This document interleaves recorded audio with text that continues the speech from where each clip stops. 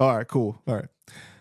All right, back for his fourth interview, the man that proclaims himself as Sir Pimp Nuts, Mr. M80. I want to start off by saying I feel like I really let everyone down in my third segment by not eating. And I made the mistake of eating prior to the interview. So I wanted to really go above and beyond. I got pizza, and I got chicken fettuccine Alfredo. I got some chicken wings, and I got some cinnamon buns shit. Holy shit, man. All the things. What's funny is that you're not a weed head either. So, but this is like a killer spread if you did smoke weed.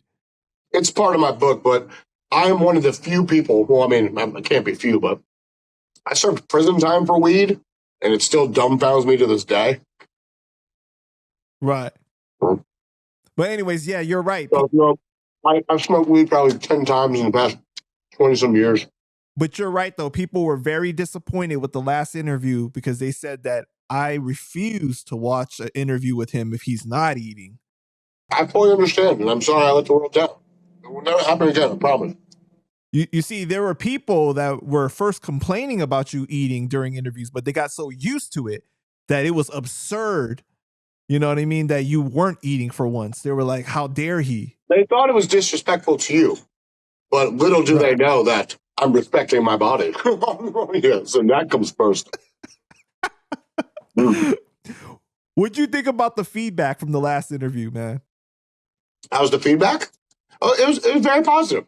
Very positive. There wasn't so many like "fuck this guy" comments and "this guy's a culture vulture, fucking Jew bastard." It was more like perhaps I should do better with my life because this guy's fucking awesome.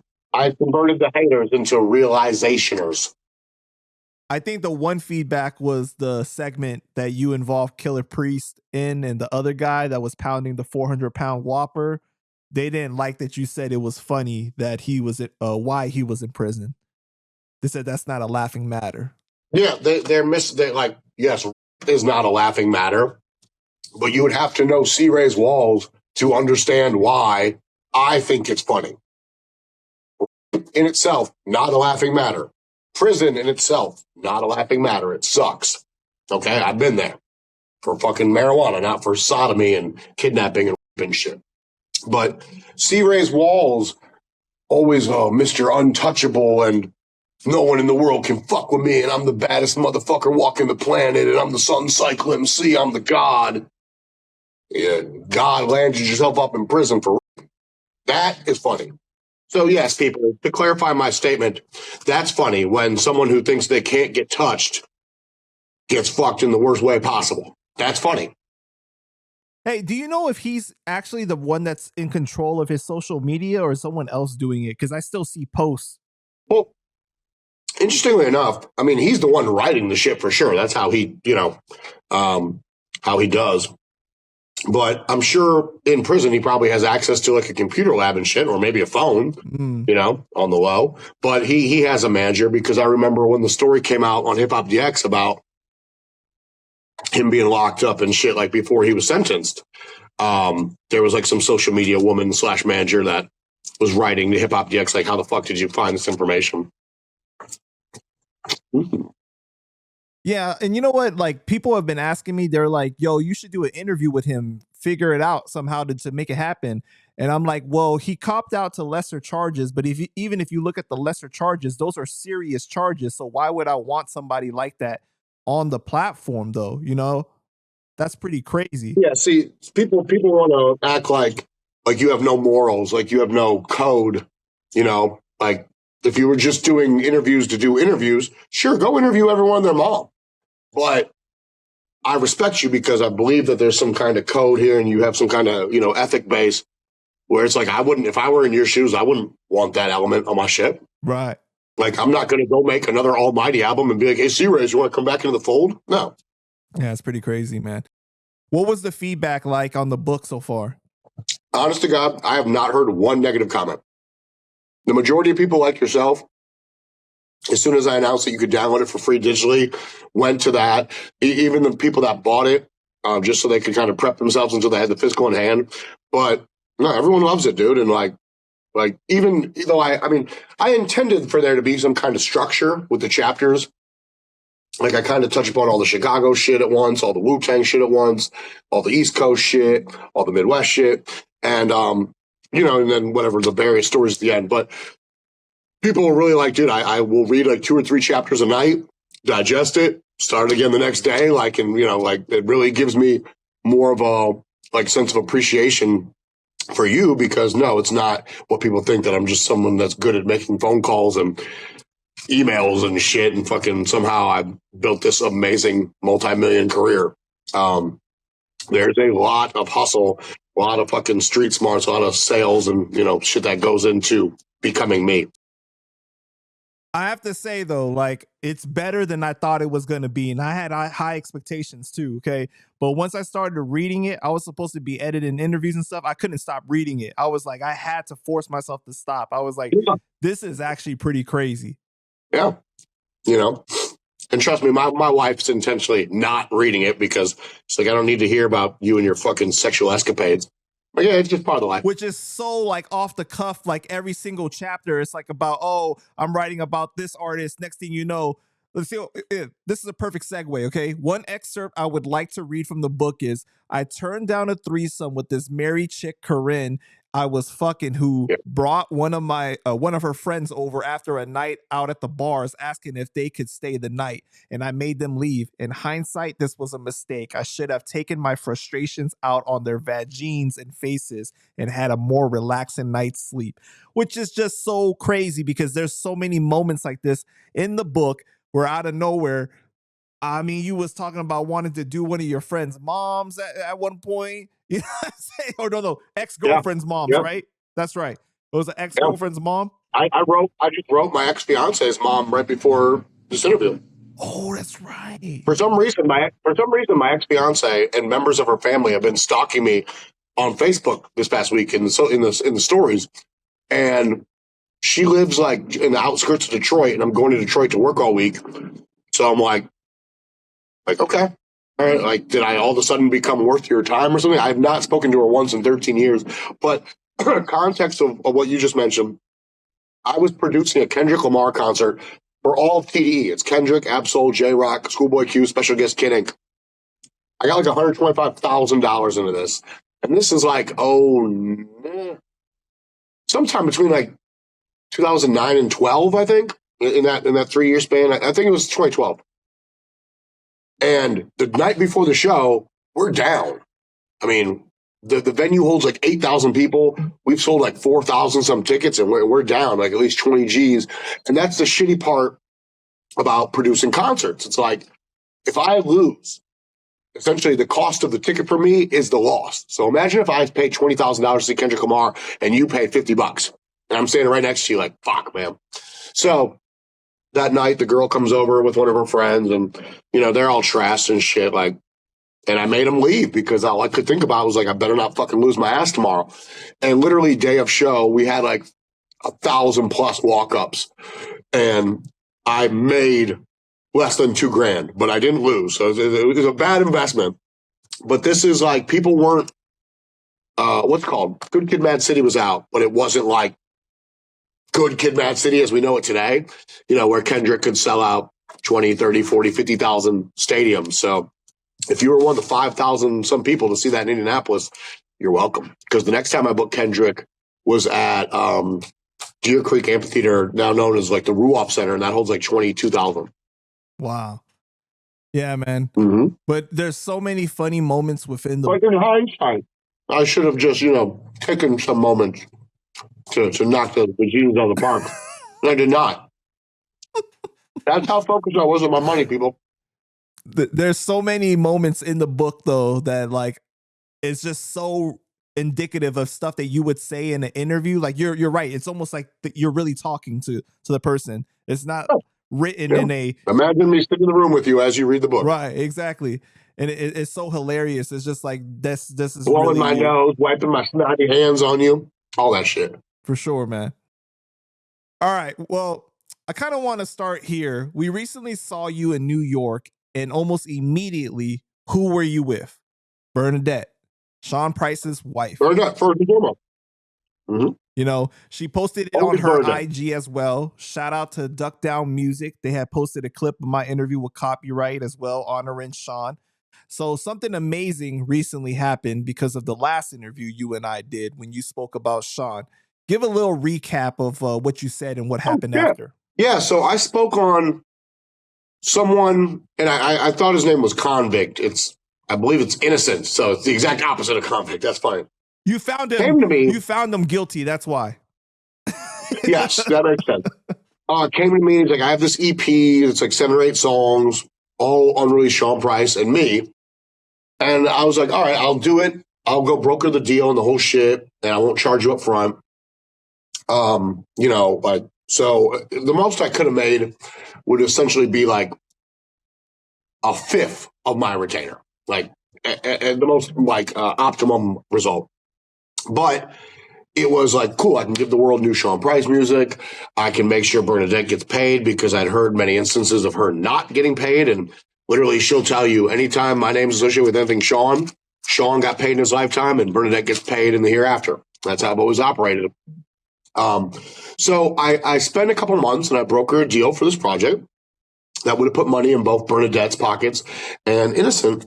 And Innocent's like, why does Bernadette have to be a signatory to this contract?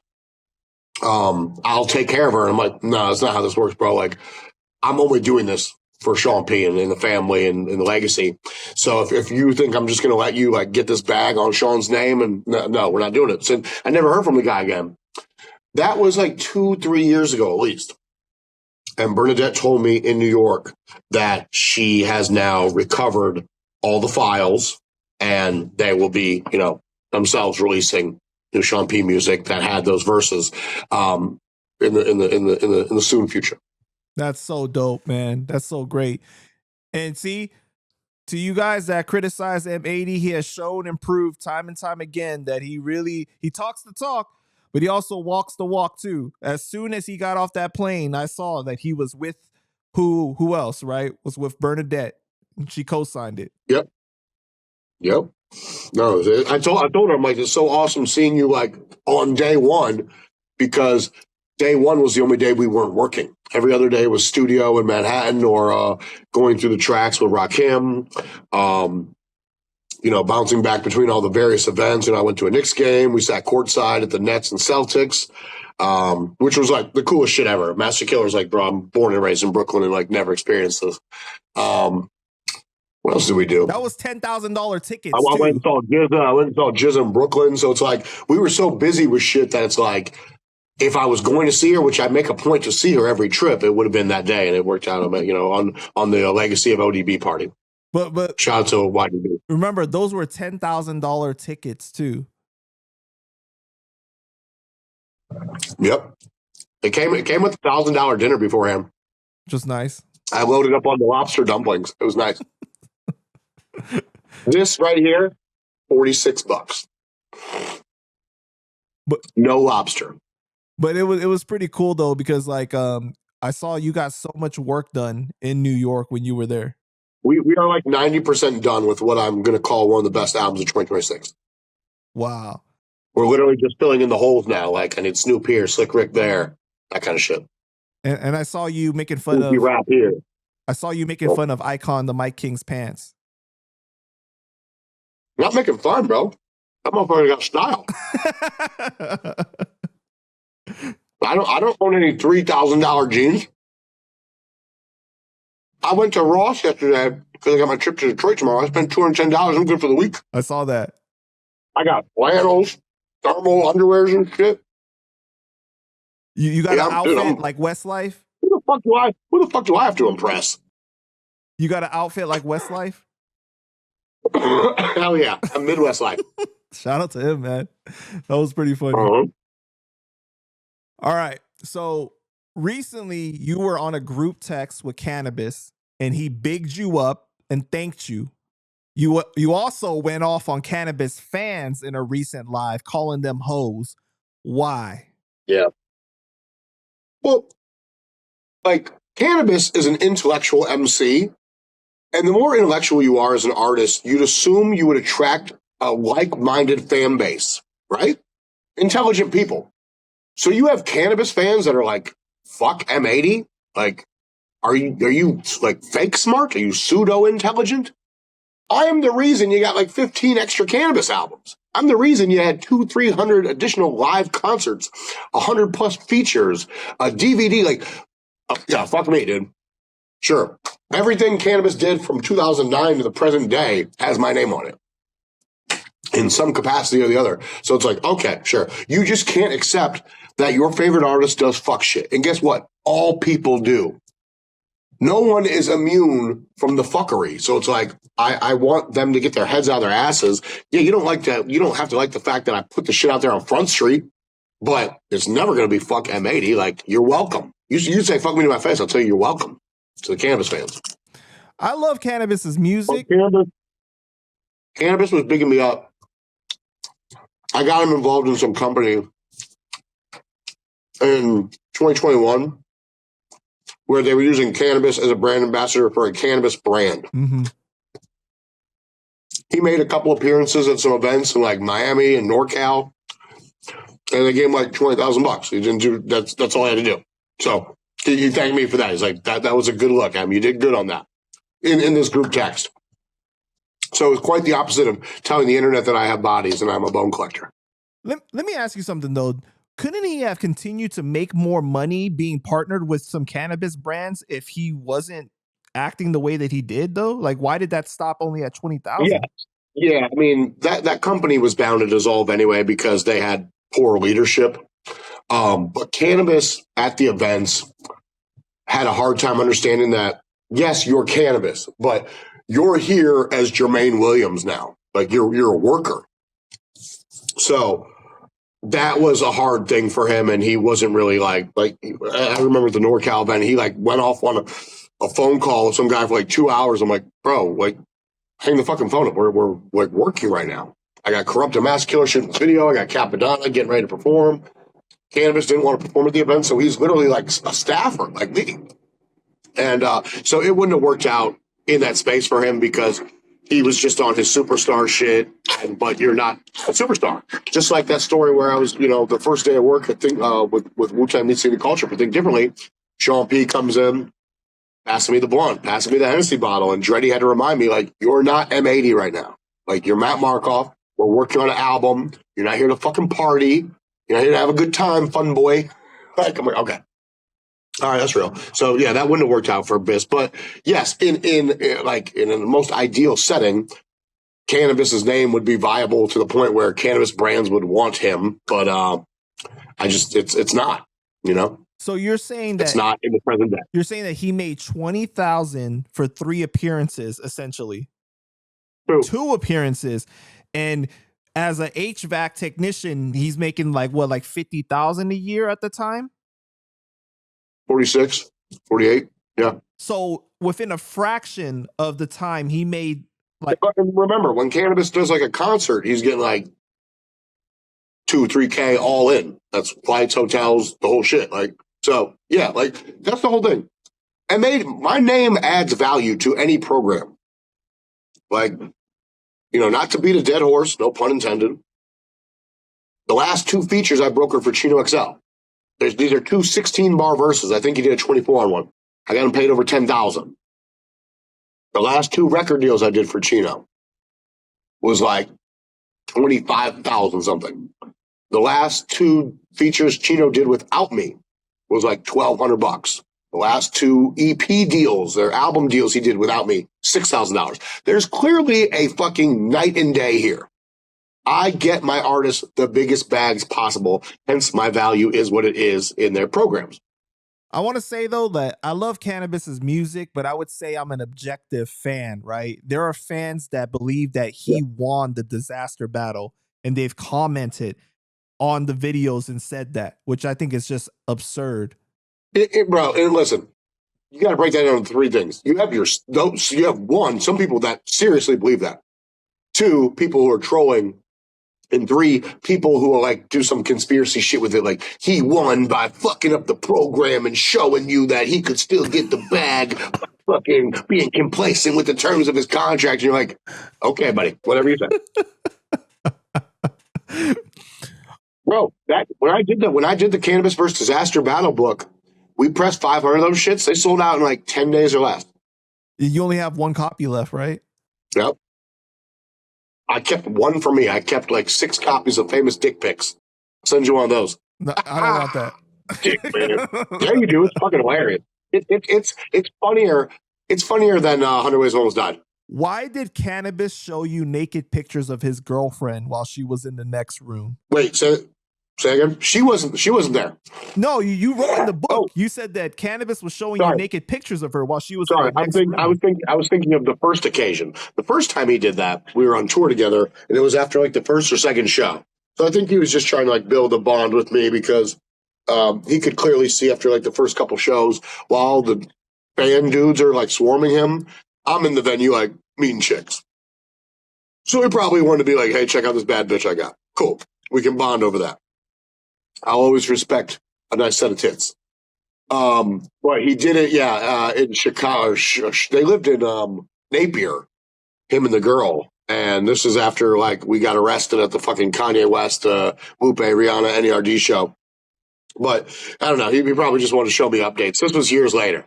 So that's really strange. And by the way, he's no. I mean, it's strange because that's his girl. Like, you know, I've showed him little segments of like, yeah, here's me banging this chick. You know, so that's what dudes do. Right, but it wasn't your girlfriend though, right? Girlfriend is like different. Correct. That's what I'm saying. So like he took it like I would never be like, here's me banging my wife. Like, right, exactly. Yeah, that's what I mean. Oh. Before we get into the Keith Murray part of this conversation, you said that you heard Canibus's first single since the passing of Chino XL, and he made reference to someone hanging from a noose, and that's when you knew he was really a piece of shit. I knew he was a piece of shit before then, but that's a very shitty thing to do, whether it's a reference to Chino or not. Like, little sensitivity training there, guy. And then, of course, you're going to get someone commenting like, where was your sensitivity when Chino passed to his family? Again, for those that don't understand, like, when you say family, you're literally talking about one person, China, someone I didn't know existed. I'm not going to restructure my whole line of thought to accommodate someone I didn't know existed. All right. Now on to the most beautifulest thing in this world, and it's just like that. The Under God's album that had Keith and Canibus with Eric Sermon producing the whole thing and you executive producing.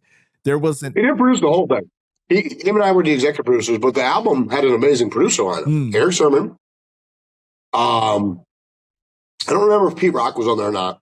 The Beat Miners, Amadeus from the Hitmen, Jake One, God's Wrath, like Beat Butcher, God's Wrath. It was crazy. Crazy album. And the label like rolled out the fucking red carpet for us. We could have done anything, but here these two fucking jamokes are fucking off the bag again. Right. There was an altercation involving Keith and Canibus at the album announcement party where Keith messed up the backing vocals for Canibus songs while Canibus was performing. Canibus yells at Keith and throws the microphone at him, but it hits the engineer. This I don't know if I want to correct it unless I heard it wrong. This was the like album announcement party. Yeah, so we haven't made the album. So Canibus is doing a Canibus set. Keith Murray's doing a Keith Murray set. Right. Like, we just signed with this label and we're throwing a show. So what is your reaction when you see this happen, that Keith is at the boards messing up the audio and then Canibus gets pissed off and throws the mic? I'm like, here are two grown ass kids. Like, literally, you're doing your job. You're performing live for fans. It doesn't matter if there's 50 people there, 500, whatever it is.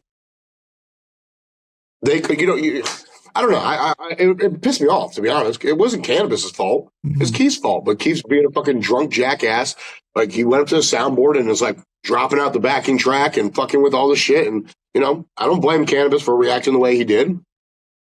But, just grown-ass children, bro. You had to convince the engineer to not press charges or sue, right? Yeah. Yeah, the venue wanted to definitely recoup, like, broken mic fees and damaged sound equipment fees and shit like that. But I had a very long-standing relationship with the venue where I would pay to bring the talent there. They would keep the bar, and then like I'd get a split and shit. So like it was a good thing, you know. Luckily, we were able to move on from that. But Keith wouldn't play that shit with Redman. Keith wouldn't do that to Eric Sermon. Like you do shit to people you feel like you can, you know, like get over on and like big bro them. Kind of like bully tactics. Canibus and Keith are supposed to be peers, right? So you guys recorded that album in an expensive, crazy studio in Washington. Everyone got $20,000 advances. You had great features on the album from Crooked, Planet Asia, Tech Nine, the Beat Miners, like you said. Then there's the situation where Keith chases you around the studio, threatening your life. What happened? Second morning. So this is a castle. It's called Robert Lang Studios. It is literally top 5 studios in America. Dave Matthews Band, Soundgarden, Pearl Jam, Nirvana. Like you can, in their B room, you can literally record on the mic that Kurt Cobain did his last ever song on. Like they didn't immortalize the mic. You can record on it. They have the SL board there from the Chronic and Thriller. So it's half studio, half living quarters, and there's people tending to your every need. They'll make all your meals. They'll go run and get you whatever you want. Keith wakes up and goes from the castle side of things to the studio side. And I call, his name was Noah. And I'm like, dude, Keith's like fucking with the session. What time does the engineer get here? He's like, not for another like hour or two. Like, don't let him fuck anything off. This is like the label paid for the shit already. Paid for us to be there, paid Eric Sermon the whole nine. So it's like, I don't know what Keith's doing. But he's not we have like a 10-time Grammy Award winning fucking like engineer recording and mixing the album and shit. So as soon as he gets up to like just pace around the room, I walked over to the computer and hit don't save. Then I went and sat back down and he walked back over. He's like, what the fuck did you do? And he was like chasing me around the fucking studio. I'm running. I'm fucking. Why? Yeah. Why are you running though? Why didn't you just punch him? I know Keith Murray stories that even I won't say in public interviews. Wow. Because I know Keith Murray. And I mean, I'll tell you, like, if you look in the book, every time when I worked with Keith, dude, it was always something like, we're on the road and this chick says he raped her. We're on the road and this dude wants to fucking press charges for assault and battery. We're on the road and he's stealing from this store. So it's always some just dumb knucklehead shit. But I know shit that, yeah. Wow. I'm cool. I'm taking off from fucking Murray. All right. So I run to the fucking the housing side of the castle. I lock myself in the bathroom, dude. No, but he grabs a knife first, though, right? Yeah. And then he starts chasing you. Knife grabbing is a big theme of my book. That happened with 60 Second Assassin. That happened with Keith Murray. You know, maybe I should hide all the knife. Right. You know what's funny? I did a show. I produced a Rakim and Planet Asia show recently, and the security was really laxed. And there was a lot of people just kind of making their way backstage that weren't supposed to be backstage. First thing I did was go to the kitchen and grab like the biggest knife they had, and I'm just fucking. I was wearing this exact outfit actually. I just had that shit ready. Like you have to go through the metal detectors and shit, but not when you're backstage. I'm like, you know, this could go wrong. That was good. But no, I fucking sat in that bathroom for like an hour at least, maybe 2 hours. Until he was like banging on the door trying to kick the shit down for like a half hour. Then it's like he left, and then I called Noah or Ken, Noah's partner, and they're like, dude, everyone's in the studio, like you can go down there. And I went down there and it's like he clearly like got off of his fucking whatever high he was on and was just working again. But they, you know, the label thanked me, like we don't know what he would have done. But imagine he ruins $1,400 a day for the recording, then to live in the studio is a whole other show, the castle's a whole other shit. You know, they're just like, thank you for protecting our investment. And I'm always going to do that when I'm working with artists and it's a label that I don't look at just as like, you know, wham, bam, thank you, ma'am, thanks for the check. Like if you're a reputable label and I see something in you, I want to nurture that relationship however I can so I can push as many records through as possible. You can, like, record deals aren't just handed out anymore. I have a lot of artists that are like, oh man, like my new shit's so hot. But it's like, do you have a fan base? Do you have the requisite monthly listener count on Spotify that labels consider first and foremost? What's your social media numbers? What's the analytics like? So every artist wants to bypass the necessities of actually landing a record deal just to say they got a record deal. And therefore it's never going to work out for you because again, you're literally bypassing the foundation of becoming a successful artist. Did you guys have a conversation after that? Like to squash it? No. It's like it didn't happen. Wow. Then Canibus wanted to fight me the next day. I don't know if I put that in the book. No, Maybe I did. No, I don't think you did. I got a Breitling. Like I took some of my money and went and bought a fucking Breitling with the diamond bezel and shit. He's like, that's a nice in front of his girl, the one from the nudes. That's a nice watch. Maybe I'd like to have that watch. And I'm like, you should go buy that watch. Because I did. I just chipped on the back of. Like, bro, you're not about to fucking. We're in a castle. You think you're gonna strong on me for my watch? Your kid's like 10 feet away. We got dudes cooking those fucking eggs Florentine and shit. Okay, buddy, sure thing. You said the chemistry. So Keith Murray was definitely rubbing off on Canibus. You said the chemistry between Canibus and Keith was terrible. And like another confrontation happens where Canibus has to go home because of a family emergency. And Keith got in Canibus's face and said he had more money than him, was a better artist, and threw money in Canibus's face. A limo. The label called a limo to pick up Canibus. It was very cool. It was nice of them. You know, this is pre-Uber. And Keith just being a fucking tool, bro. Gets up in Canibus's face, throws like $8 in ones at him. I got more money than you. You're literally in the same place, getting paid the exact same. Like, you know, I literally knew at that moment this whole shit was going to go bad. What was Canibus's reaction? Why didn't he like beat him up or anything? I don't remember the exact specifics, but it was something really important with a member of his family. So he let Keith just act a jackass, and Biss maintained his cool. Mm-hmm. Thank God. Got in the limo and took off. Came back the next day or whatever, or 2 days later. Who knows? So then there's a whole bunch of incidents where like opportunities are being ruined left and right. Like Keith is being like a jackass to BET staff and stuff like that, right? In one situation. Mm-hmm. Yeah, dude. And then Canibus has this like outburst with DJ Green Lantern or something like that. Yeah, that was like a couple months later. One of my favorite Keith Murray stories, I don't remember if I put this in the book or not, when we did that signing party, the concert. So this is before the show. I'm in the lobby of the hotel at the little conference tables and shit, meeting with the VP, going over the terms of the contract and shit. And the manager of the hotel knocks on Keith's door. Keith answers the door. He's naked and he's smoking a joint. And they're like, yeah, we smell smoke in the room. And Keith's like, what's the smoking fee? And the guy's like, $200. He's like, hold on. He grabs $200 bills and throws them. He's like, leave me the fuck alone. I was like, that's the funniest I've ever seen. And they didn't kick him out. Like, they let it slide. So what happened with Canibus and DJ Green Lantern?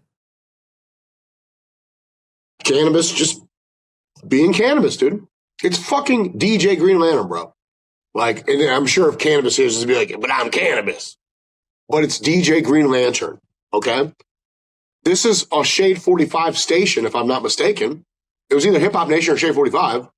So it's part of that network. And at the time, satellite radio was kind of new. And it's like, imagine going on Sway in the morning and not freestyling. Like, that's literally part of it. So, Green Lantern, all right, kick something.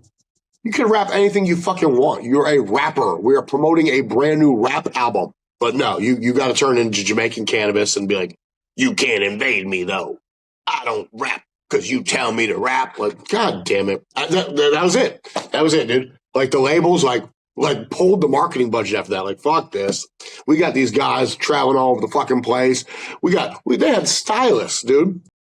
Like, that's how much money there was to make this record. It's stylists, and they're getting picked up in limos and get the fuck out of here. All right. You said Keith was stealing like clothes or something like that, right? That was when we were on tour.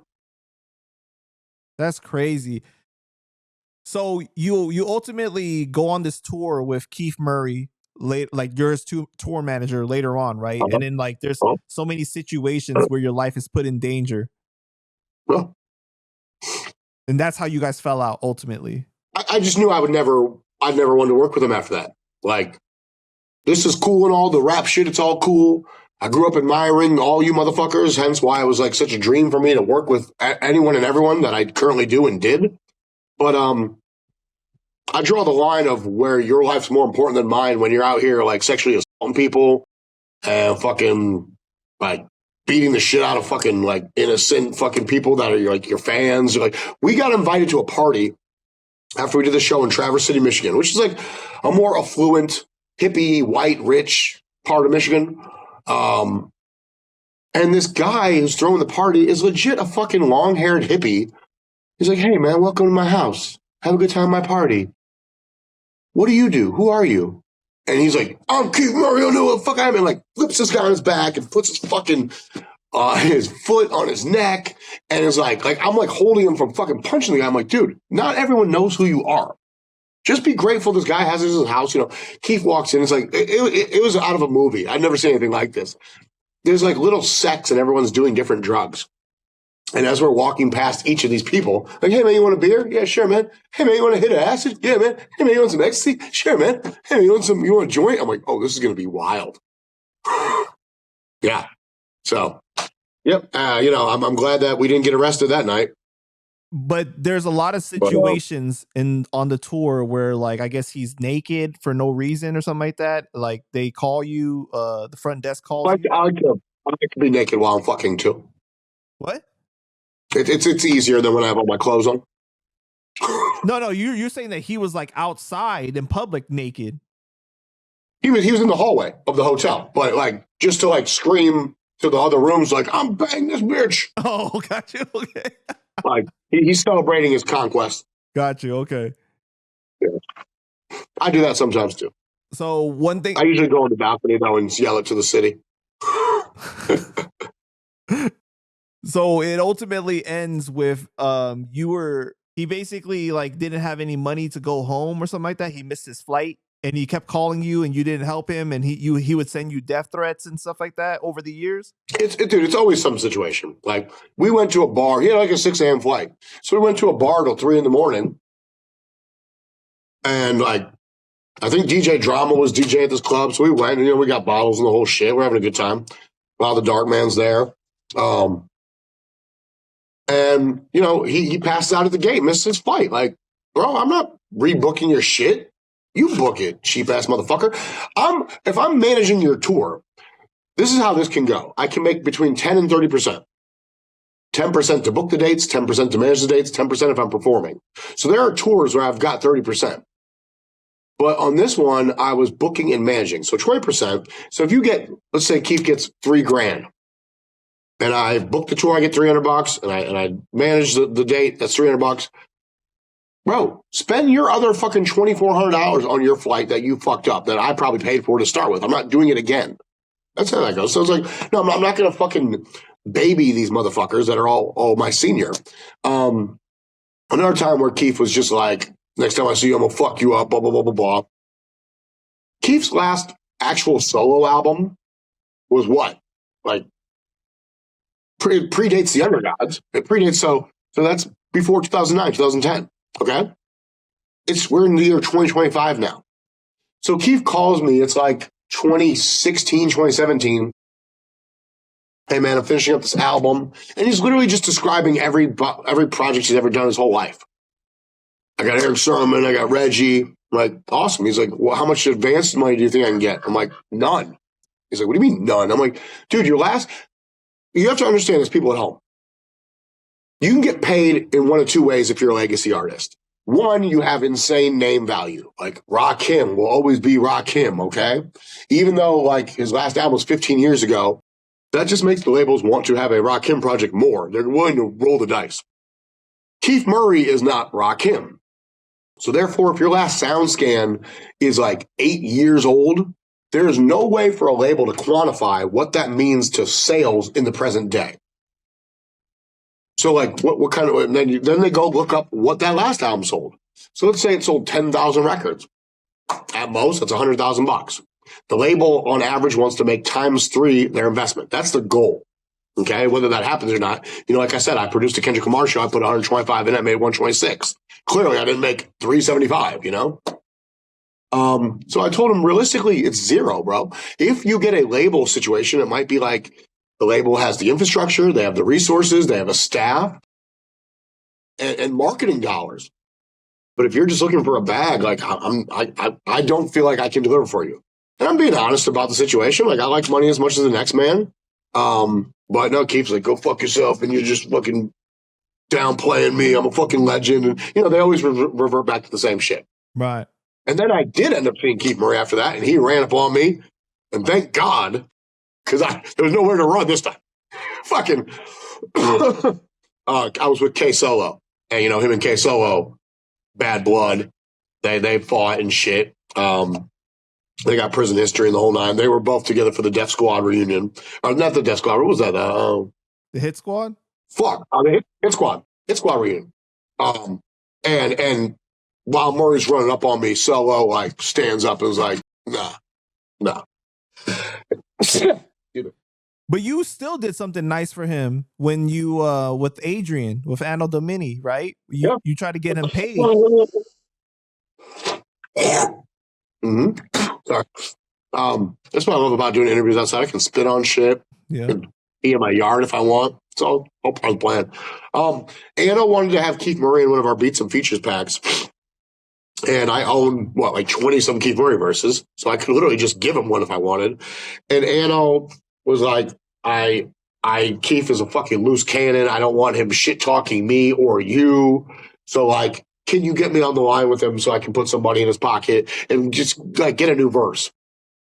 So Keith, I'm like, hey, call me. He's like, fuck you. I'm like, call me. I actually have money for you. He calls and he's like, I ain't doing no new verse for you. I don't care. I'm like, I don't give a fuck anyway. Dude, like, again, my mind's already going back to the fact this is for Anna. I could just give him one of the verses I already have. So I said, yo, Keith, check it out. I'll give Anna one of the 20 verses of yours I already own. Anna will send you paperwork, so now he has the right to use it, and he'll still pay you, and you don't have to do anything new. Yeah, I don't believe you. I'm like, okay, sure.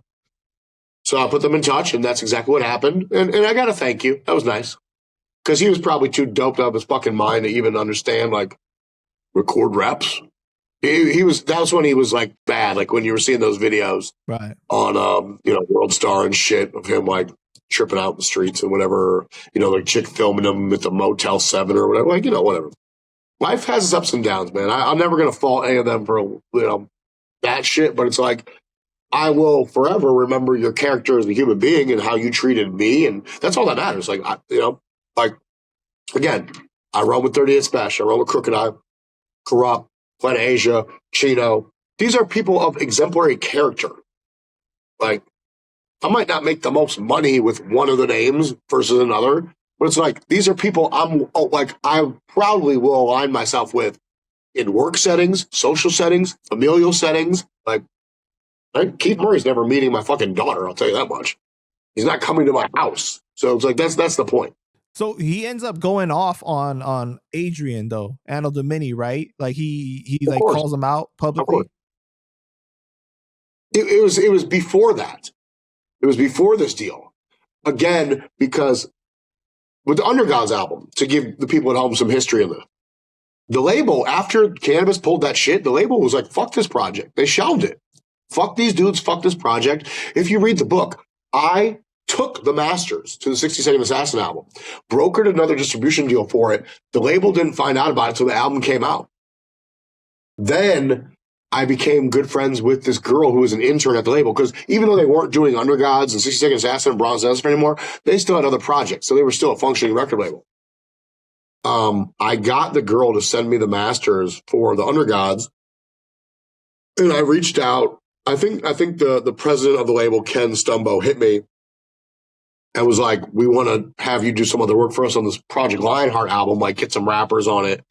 And I was like, look, dude, I know you don't agree with what I did with the 60 Second Assassin album, but you have to understand, this was this man's debut solo album. 60's not released an album since.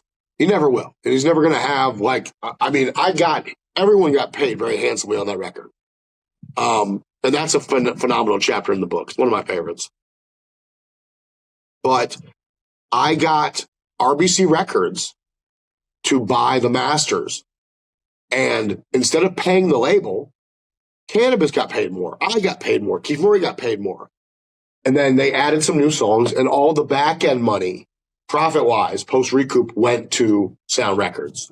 So I didn't have to, like, hijack the album like I did for 60 Second Assassin. Otherwise, that shit would have never seen the light of day. Right. All right, let's go into the 60 Second Assassin from Sons of Man situation, right? That is the person that tried to kill you the most that you've ever worked with. Basically, okay, it's pretty crazy and unreasonable. This is all in the course of like 10 days. My life was in jeopardy 40% of the time. I gotta say, that's one of the best chapters in the book for sure. Thank you. Thank you. The funniest shit was I read a snippet of it on Instagram and tagged 60, and he's like, that never happened. I call Prodigal. He's like, oh, that most definitely fucking happened. Because like literally every time my life was in danger, I had to call Prodigal.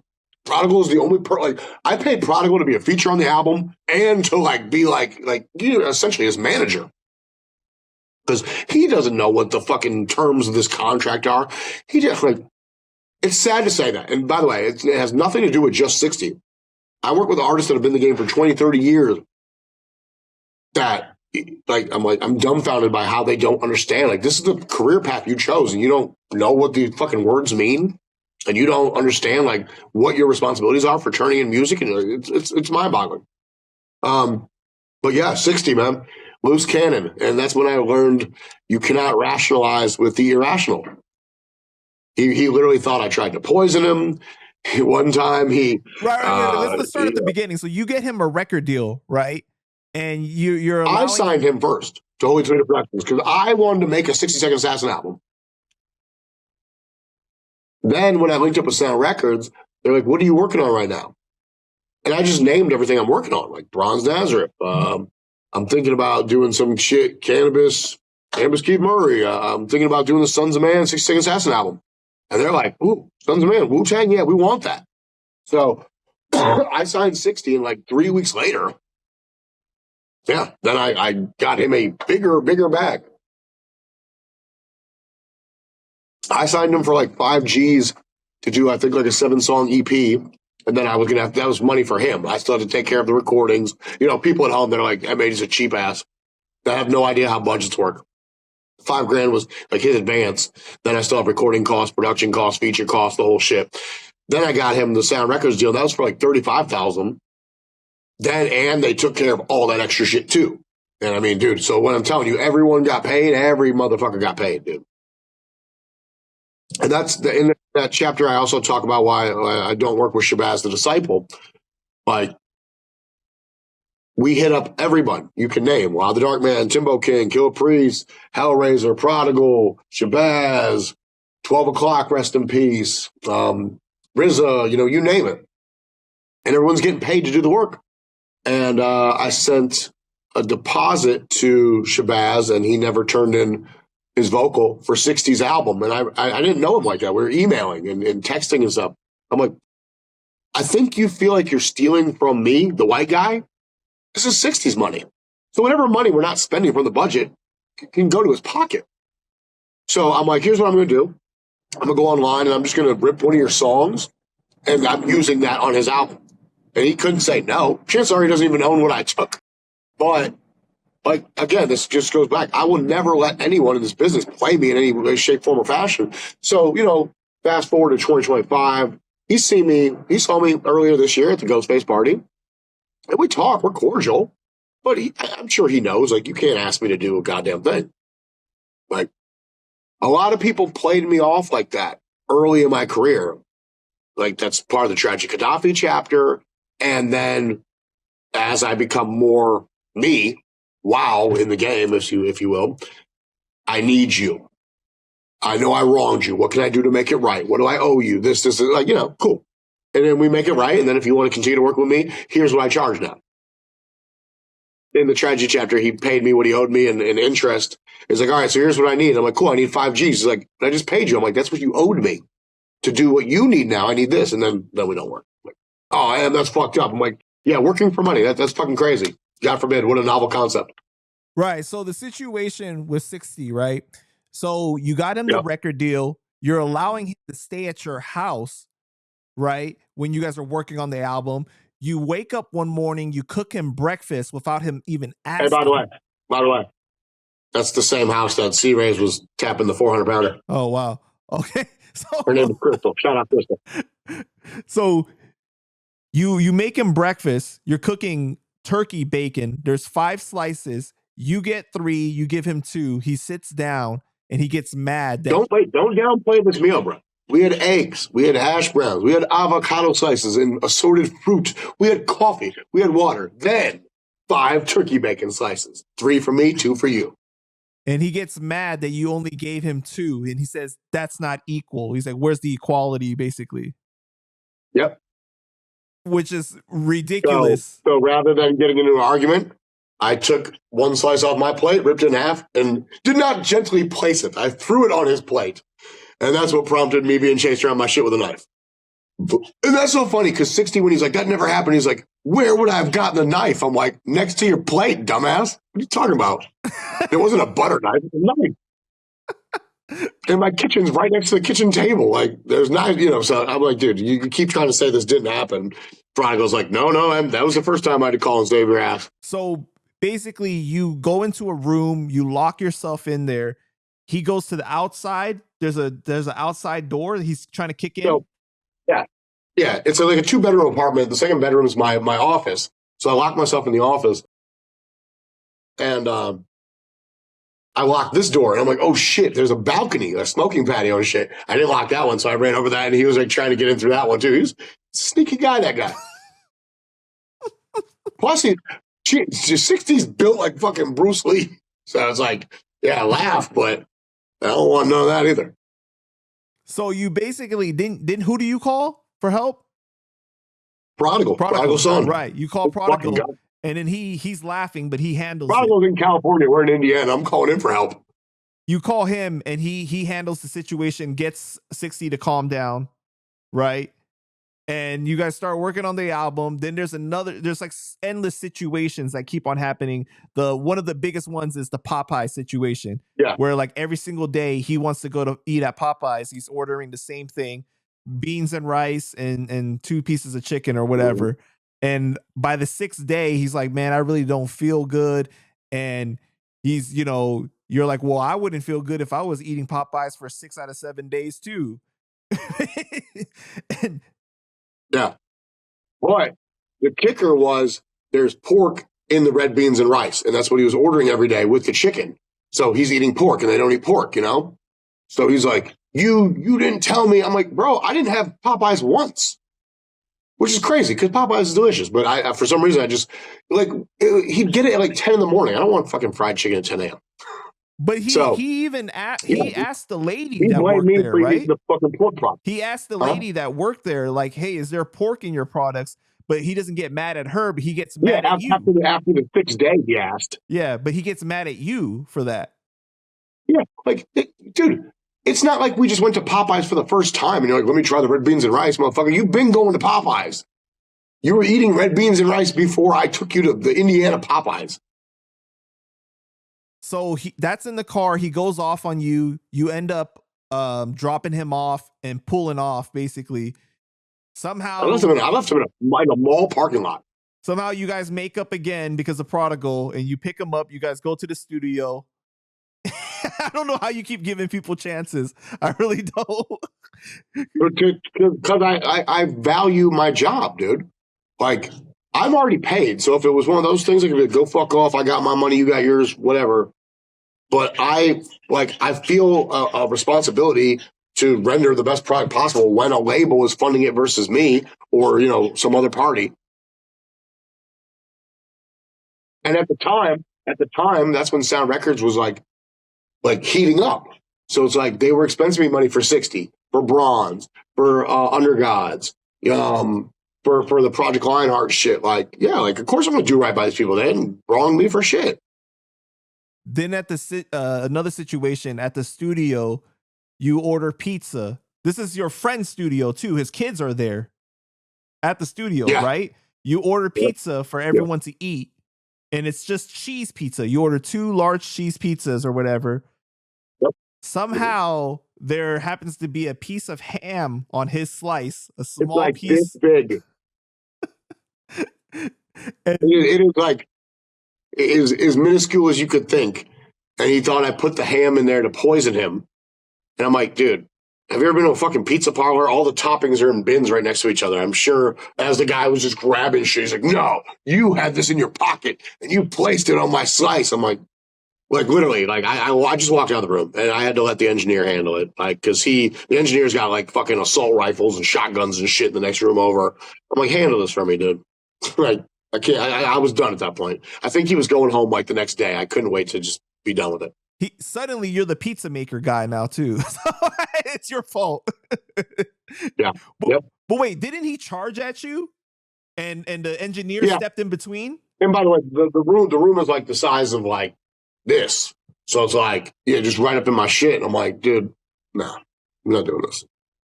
Like in the C. Ray's Walls chapter, we're in that studio. Shout out to Derek Zico, Ballingwater Studios. Walls was like living on dude's couch after I kicked him out of the house. And he's like, I want you to hear this diss track I made about you. And I'm like, I'm with Bronze and the Wiseman. Every single one of them strapped. I'm like, all right, bro, play it for me. I'm sitting there and I'm laughing. And he got so mad. I'm sitting there like, it's a cool song. And I'm not like, ugh. He's like, I want to go out back and fight you. I'm like, I'm sure you do, but I'm not going to. Why not? I'm like, I don't dislike you, bro. I don't hate you. You're going to fucking despise me for the rest of your life. And now I like, dude, if I went to the prison he's in, I looked it up one time. I was going to go. If I sat down behind that glass, I'd be like, bro, look at me now, man. Like, you knew me when I was like worth like $10,000, dude, and 10 million plus later. How do you feel? Because he was just leeching off of fucking whoever he could, bro, to sleep on their couches, to get little $300 verses. You could have stuck with me, not been a fucking douche. Like, hey, Planet Asia, here's a fucking Mercedes truck on my daughter's birthday just cause I fucking fuck with you, bro. Like, a lot of those dudes missed out on this part of me. That's kind of the message that I get from reading the book. Like, those that really stuck by you, you handsomely reward, like, without them expecting it. Like, it's just like a surprise out of nowhere. But when Asia was on a live, he was just on one of his lives. I happened to tune in, and he's previewing some records. I was like, "Yo, man, Mercedes, BMW, or Lexus?" He's like, "Mercedes." I was like, "SUV, coupe, or sedan?" He's like, "SUV." I'm like, "All right, bet." He's like, "What's this for?" I'm like, "Nothing. I'll see you soon." I literally just went and bought him a Mercedes SUV. If he would have said BMW sedan, I would have got him a BMW sedan. Like, just felt like it. Because years prior, when I moved to LA, he wanted an SUV, and I'm like, yo, I'll buy it for you. And he's like, no, man, just make me enough money so I can buy it. So, like, he didn't let me buy him the shit when I wanted to, like, 7 years ago, but I was like, fuck it, I'm just going to do this time. And I like doing shit that I want to do versus when people ask me to do it. You know what I'm saying? Yeah. Like, when people ask me to borrow money, I get it. You're asking me because you need it. But I would rather, like, see that you need it and give it to you type shit. Like, without you having to ask. For sure. Like, I just peep it, Because it's like the entitlement or expecting, basically, right? That you'll do it. Yeah, sometimes I give people money just to get them out of my life. Like, I need $1,000, I'll pay you back. And I damn well know who you are, and I know the money's not coming back. They'll be like, hey, I can't do $1,000, but here's $200. And I'll never hear from the people again, but it's like, I already didn't want to hear from you. So, cool. It's a small price, like C. Ray's Walls, that situation. I heard you got $1,000 for the feature, you gave me $5,000. Motherfucker, I've spent like $10,000 for you to live in my shit, to go out, to travel, to party, to do X, Y, and Z.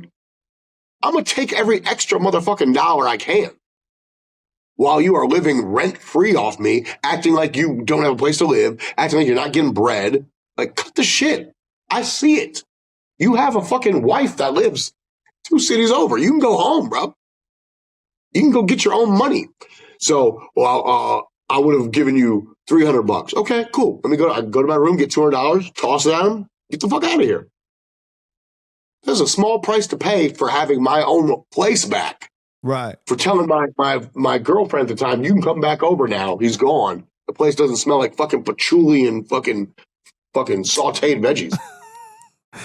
All right, so back to 60 though, right? So you take him to the airport because he requests you to take him to the airport, and he leaves. Like, why did you even give him the chance to? Why did you even drive him to the airport at that point? A nice guy. But years later, I told RZA all this like in real time. So you're a better man than me, bro. Like look, obviously RZA knows these people far better than I ever will, right? Right. Like he's the one who built the whole program. So it's like there's a reason why RZA didn't make this record or a Timbo King record or all these records that I did. You know, he gave me my flowers in real time, like for doing these projects. And I had to learn the hard way. Oh, these people are just fucking headaches. Okay. I see it now. Bobby's a businessman, and here I am just Wu-Tang fanning out, like trying to give the world shit they wouldn't have without me otherwise. By the way, these Cinnabon things are fucking delicious. And years later, he's on IG Live and he apologizes to you publicly. You helped him more than any of the Wu-Tang family. Did you ever find out what the problem was? Like, because based on the description, it just sounds so erratic and crazy. Well, look at his career. 60 is harmonizing at the beginning of Cream. He never got a cent of royalties. Not even just like a little, here's an envelope with some cash just cuz. Like, so I'm sure, he's always considered the weakest link in Sons of Man. And I mean, I don't say that to be disrespectful. I think like there's a commonality, And here I am, some random white guy from the Midwest with not one but 2 record deals, like making sure everyone's accommodated for, making the process as easy as possible for you. And you don't realize it until after the fact when you're in the room by yourself. RZA's not blowing up your phone. Sons of Man ain't forming a reunion to make a real Sons of Man album. And then you reflect on who did right by me in life and come to find out it was M80. But now it's back to fuck you, M80, because I wrote this chapter in the book. Have you been in contact with him about it? I told you I tagged him. Oh, that's right. When I read the turkey bacon story. Right. And he's just like, like, fuck you and blah, blah, blah. That didn't happen. And you're a piece of shit. And I'm like, sure thing, bro. Whatever. Okay. Silver Rings told me he reached out to him recently to get him to vote. Like, Silver Rings wanted to put together a Sons of Man album. And 60 is like, I'm not rapping for you or singing or whatever. I don't care how much money you could pay me. But all he does is go on Instagram Live every day and recite his raps. Like, he does not go to a recording studio. He doesn't record new music. It's literally just like my life. This is what my life has been reduced to. Damn. I'm in my room somewhere in Brooklyn probably. And, cool. I get it. I applaud you for getting your creativity out to the world. I think that's a great thing. But it's like, I don't understand how that pays the bills. And you could very well pay the bills by being a famed recording artist, even at age 60. I think he's probably 60 now. Jizz is like 57, 58. Wow. So it makes sense. All right. 9th Prince. You really went off on him in the book, man. And this all stemmed from you working on the Killer Army Full Metal Jackets album. I saw him at the ODB legacy party. He looked at me. I looked at him. Not a fucking word was said. And that's how I prefer it. Well, you titled the chapter 9th Prince of Gayness. Right. Mm-hmm. So you basically financed everything, got favors done. He was super unappreciative and entitled and never followed through with his promise to put in a good word for you with RZA. And that's not why I did the record, because I'm already in good with RZA. Right. I did the record because I'm friends with one of his baby mamas. And I wanted a Killer Army credit, even though it's essentially like a fucking glorified 9th Prince album. That was it. Like, it would have been nice if RZA called to be like, yo, good looking out for helping baby bro and shit, but whatever. Life goes on. Divine thanked me. So talk about that, though, about your experience working with him. Just super fucking ungrateful, unappreciative. Like, I don't know if he's in his mind, it's still the fucking late 90s and he's in Killer Army and they're fucking moving units. But no, like I agreed to do the work for free, which I fucking hate. I don't care who you are. Like, pay me to do fucking something. Pay me something to do my job. Okay. I got him the web guy for free. I got him the e-commerce shit for free. I out of pocket funded all the fucking physical merchandising. And then it got to the point where like we sold out of the autograph physicals. And I was like, okay, I'm gonna ship these to you. I need you to sign them and send them back, and we'll do fulfillment. No, you go sign them for me. I'm like, I'm not doing that, bro. The fact you even asked me to do that is insane. You're not famous enough to ask me to do some fucking wild shit. And plus, my handwriting is insanely distinct. So yeah. Finally, he signed them, sent them back. He like asked me to like let him use the money I spent towards his taxes to show deductions. I'm like, no, we're not doing that either, bro. I've spent the fucking bread. Like, quit being a piece of shit, dude. And then every time he wouldn't be able to get a hold of like another one of these people working for free, like the web guy who has an actual because you set up that whole thing for him. You set up his whole store and everything and helped him out with that. It's the same shit I did with Killer Priest for Rockets and Nebula, only for Priest to fuck me on my credit. Dumb shit. Now, he didn't fuck me out of money, fuck me out of credit, which essentially is money to me. But, you know, again, you cannot rationalize with the irrational. So, like, I had to yell back at him, like, stop fucking calling me when you can't get a hold of someone else that's not named M80. What happens when you call me? He's like, you answer. I'm like, damn right. So cut the shit. Call me. Only call me when you have money for me. And he, oh, fuck you, M80. How dare you talk to me like that? I'll talk to you however the fuck I want. Because I'm not calling you asking for favors. You're calling me, please help me. Please. RZA's not taking my calls right now. I wouldn't take your calls ever if I was RZA. I would literally find any excuse in the world not to work with you. And that's where we're at. And I had to tell his baby mama, like, look, I love you. You know, proud of you. But if he ever brings my name up in the fucking house, tell him to shut the fuck up. Right, because that was the thing that you ended up only helping him because the person that you knew, his baby mama, asked you to, right? I still have a great relationship with her. But she got to the point where she's like, please do not write me about him. Like, I don't want to fucking hear it. I'm like, yeah, I get it. It's a fucking headache. So wasn't there a situation where like when he kept complaining about the web guy, I called the web guy. He's like, hey, I'm at work. I'll hit you when I'm like done working. Cool. And I was like, shut the website down, dude. Fuck this shit. Shut it down. I don't have time. Like at least 10 times, the guy's name is Mike. Mike would give him the codes to log in and modify shit himself. Oh, I forgot the password. Write it down, motherfucker. Put it in your phone. Do something. Or Mike would be like, hey, I need $20 for like the fucking the re-up fee on the domain name or some shit. And he wouldn't send it. I'm like, shut it down, dude. We are too far grown for that level of just like absurd childish behavior. This is your life. You don't have $20 to put into it to maintain like the website. I think did like 10 or 15,000 the first month of launch. Like, but you're not going to put $20 in to keep it going. You shut it down. That's not my money. You're not affecting my bottom line. So I don't have time. I don't have time for that shit. Right. In the year 2025, nor did I ever. But there was a situation where you guys almost got into a physical altercation, right? A couple times. But in that chapter of the book, Chino just passed away. I flew to New York because New York, pound for pound, has more watch dealers, diamond dealers, gold dealers than anywhere in America. And I just got this watch, and it was a gift. The watch was $52,000. I was going to sell it to cover Chino's expenses and shit, and that way I didn't have to come out of pocket. You know, this was before like Rakim was like, "Hey man, just like take the album money. Like let's do this for your bro." Like, right on, Rock. Okay, let's do that. But so I fly to DC. We do the show with Rakim. Like a week, it was the God's Network just dropped. Then the next day, me and Westlife drive to Brooklyn for Coney Island for the NEMS Fest, and Ghostface is headlining. I just want to, Ghostface is like, yo, if you're in town, come through. Ghostface loves Chino.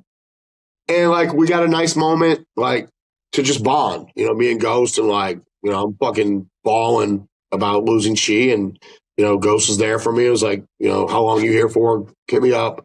And that's the same night that Aglaw just walked up on me, fucking, oh man, like, well, I'm sorry, dude. Like, can we just be cool? I'm like, it's cool, dude. Like, then I left him talking to Scram Jones. Scram's like, what the fuck? So left him there. Went to talk to Ghost, but as we're leaving, Ninth Prince is like, yo, you know, we got to get down, right? Now, mind you, I just stopped crying. I just finished wiping my fucking shit. I composed myself. I'm like, all right, let's do it. He's like, yeah. I'm like, yeah, me and you. We're walking to an empty room. There's cops at every fucking corner. Live Nation security. Ninth turns and sees Ray next to me. Westlife. Big Mexican dude. Nicest guy on the fucking planet, though. So, like, no, don't judge the book by its cover and think he's some gangster thug motherfucker. Like, good, hardworking motherfucker, like my A-like. And he's like, oh, he's with you? I'm like, yeah. He's coming in the room with us. Oh, man, fuck you. I made him like bounce. All right. And we leave. And that was it. I was like, yo, if Ray wouldn't have been there, who knows what would have fucking happened. But Ninth, after I finished writing the book, I went to the Madison Square Garden. It was the first time Wu-Tang Clan played at Madison Square for the final, what was that shit? Final Chamber tour. Wu-Tang Clan is doing the very last song. They're on Triumph. And Ninth comes up to me and he's like, where's my money? I've never owed this guy $1 in my life. If anyone owes anyone money, he owes me. And I was like, I just walked away. Like, I don't have time for you, bro. Like, I'm not doing this with you. Like, I'm shocked, like, your family even still lets you come to Wu-Tang shows. Like, no one wants you here. They would much rather have me here. That's the sad reality of it. Wow. Yeah. You know, I never realized how complicated of a relationship you have with the Wu-Tang until I read the book. Like, if you're, you know, you brought so many deals, all this money. Why is it that you're still treated like an outsider or inconvenience at times? Like, what is the problem? Okay, it's like this. I had to explain this to someone the other day. Like, as I'm publicly doing interviews or like talking to people about like my success stories and deals I'm brokering, I'm proud of. Like, yo, man, I just got 6 figures for Ghost to do X, Y, and Z. Well, let's say I'm talking to fucking Master Killer. Let's say I'm talking to fucking Ray. Like, they're not Ghost. So good for Ghost, but where's my bag? You know? Meanwhile, here I am just telling them a story, like, hoping they'll be proud of me or proud of the situation. Like, I'm proud of all their success stories. But that's not what it is. It's very me, transactional. And usually I don't mind that because that's what a lot of relationships are. I did take very great offense to it when China and Stacey Castro were saying that about Chino and I's relationship when Chino was really like my fucking brother. Like, Chino only hung out with him because he like made everything happen. Like, you're saying that as if that's like a slight to me because he make shit happen. Because he always came up with the bag. Like, people need to make money. People need to live. People need to take care of their fucking familial responsibilities and their own interpersonal responsibilities. And you're saying this like to slight me? You people are trash. Fuck out of here. So that's what that is, you know? And so the relationship is often complicated because there's not enough opportunity to go around unless you're booking a Clan show where everyone's getting paid. I'm never going to broker a fucking You God record deal. Like, it don't work like that. You know, me and Meth, like, I know Meth's family because he had like 40 family members that lived in Indiana, but Meth already has his whole like roster of people. Like, that, saying that makes me really grateful that I'm like in some capacity on Snoop's team, you know? Like, I was working with Snoop before Corrupt, which is like the exact opposite of my Wu-Tang shit. I started with Kill Priest. And often people think the goal is to work your way up till you're with RZA, but it's like, I would have been just as content just working with Priest. I never used him as like a stepping stool, though Priest did introduce me to everyone else, and I do give him his credit for that. It's just what it is, dude. Like, you know, we were in a room one time and RZA was yelling at me because he thought I was speaking out of turn about, I think Netflix, RZA said, was going to offer him $40 million for like this Wu-Tang docuseries that ended up being like the Showtime thing or Hulu or something, or maybe it just never happened. But Ray was like, yo, M80, what do you think about that? And I was like, you should get at least 60. So Ray's laughing because I could tell in Ray's head, he's thinking the number probably already is 60. And RZA's just holding 20 back for him and Divine and was like, yo, I'm going to break bread with this other 40 with the Clan or whatever. When RZA gets up in my face, like, why the fuck did you feel so comfortable just saying that? And I was like, one, every single person other than you in this room right now has made money with me this month. And he looks around and everyone's like, yeah, everyone. The only person not in the room was you, God. Everyone else, yeah, features, shows, some kind of sponsorship shit, whatever. And I was telling him, I'm like, even Chappelle and these comedians were getting 60,000 plus. And he's like, yeah, but then you got to take care of production expenses. I'm like, no, Netflix is covering that too. So you are the Wu-Tang Clan. If you're already entertaining a budget of 40 million, I feel comfortable that number should be 60 plus. And RZA respected it because I wasn't just talking shit like I'm pulling a number out of my ass. I'm saying you should get this because this is who else is getting this. But at the time, that was like a standard number. It's just always something, dude. Everyone, like there's stories back in the day where like Ray beat up a bus driver for taking a slice of pizza from the catering. Like, motherfuckers get down just to get down. But there's like a lot of politics and like sibling rivalry almost within like the dynamics of the group from the way that, the book is describing it. It seems like not everybody's happy for each other getting money. Oh, do you see this fucking hoodie, by the way? This Wu-Tang Nix. It's awesome. Yeah. Boom.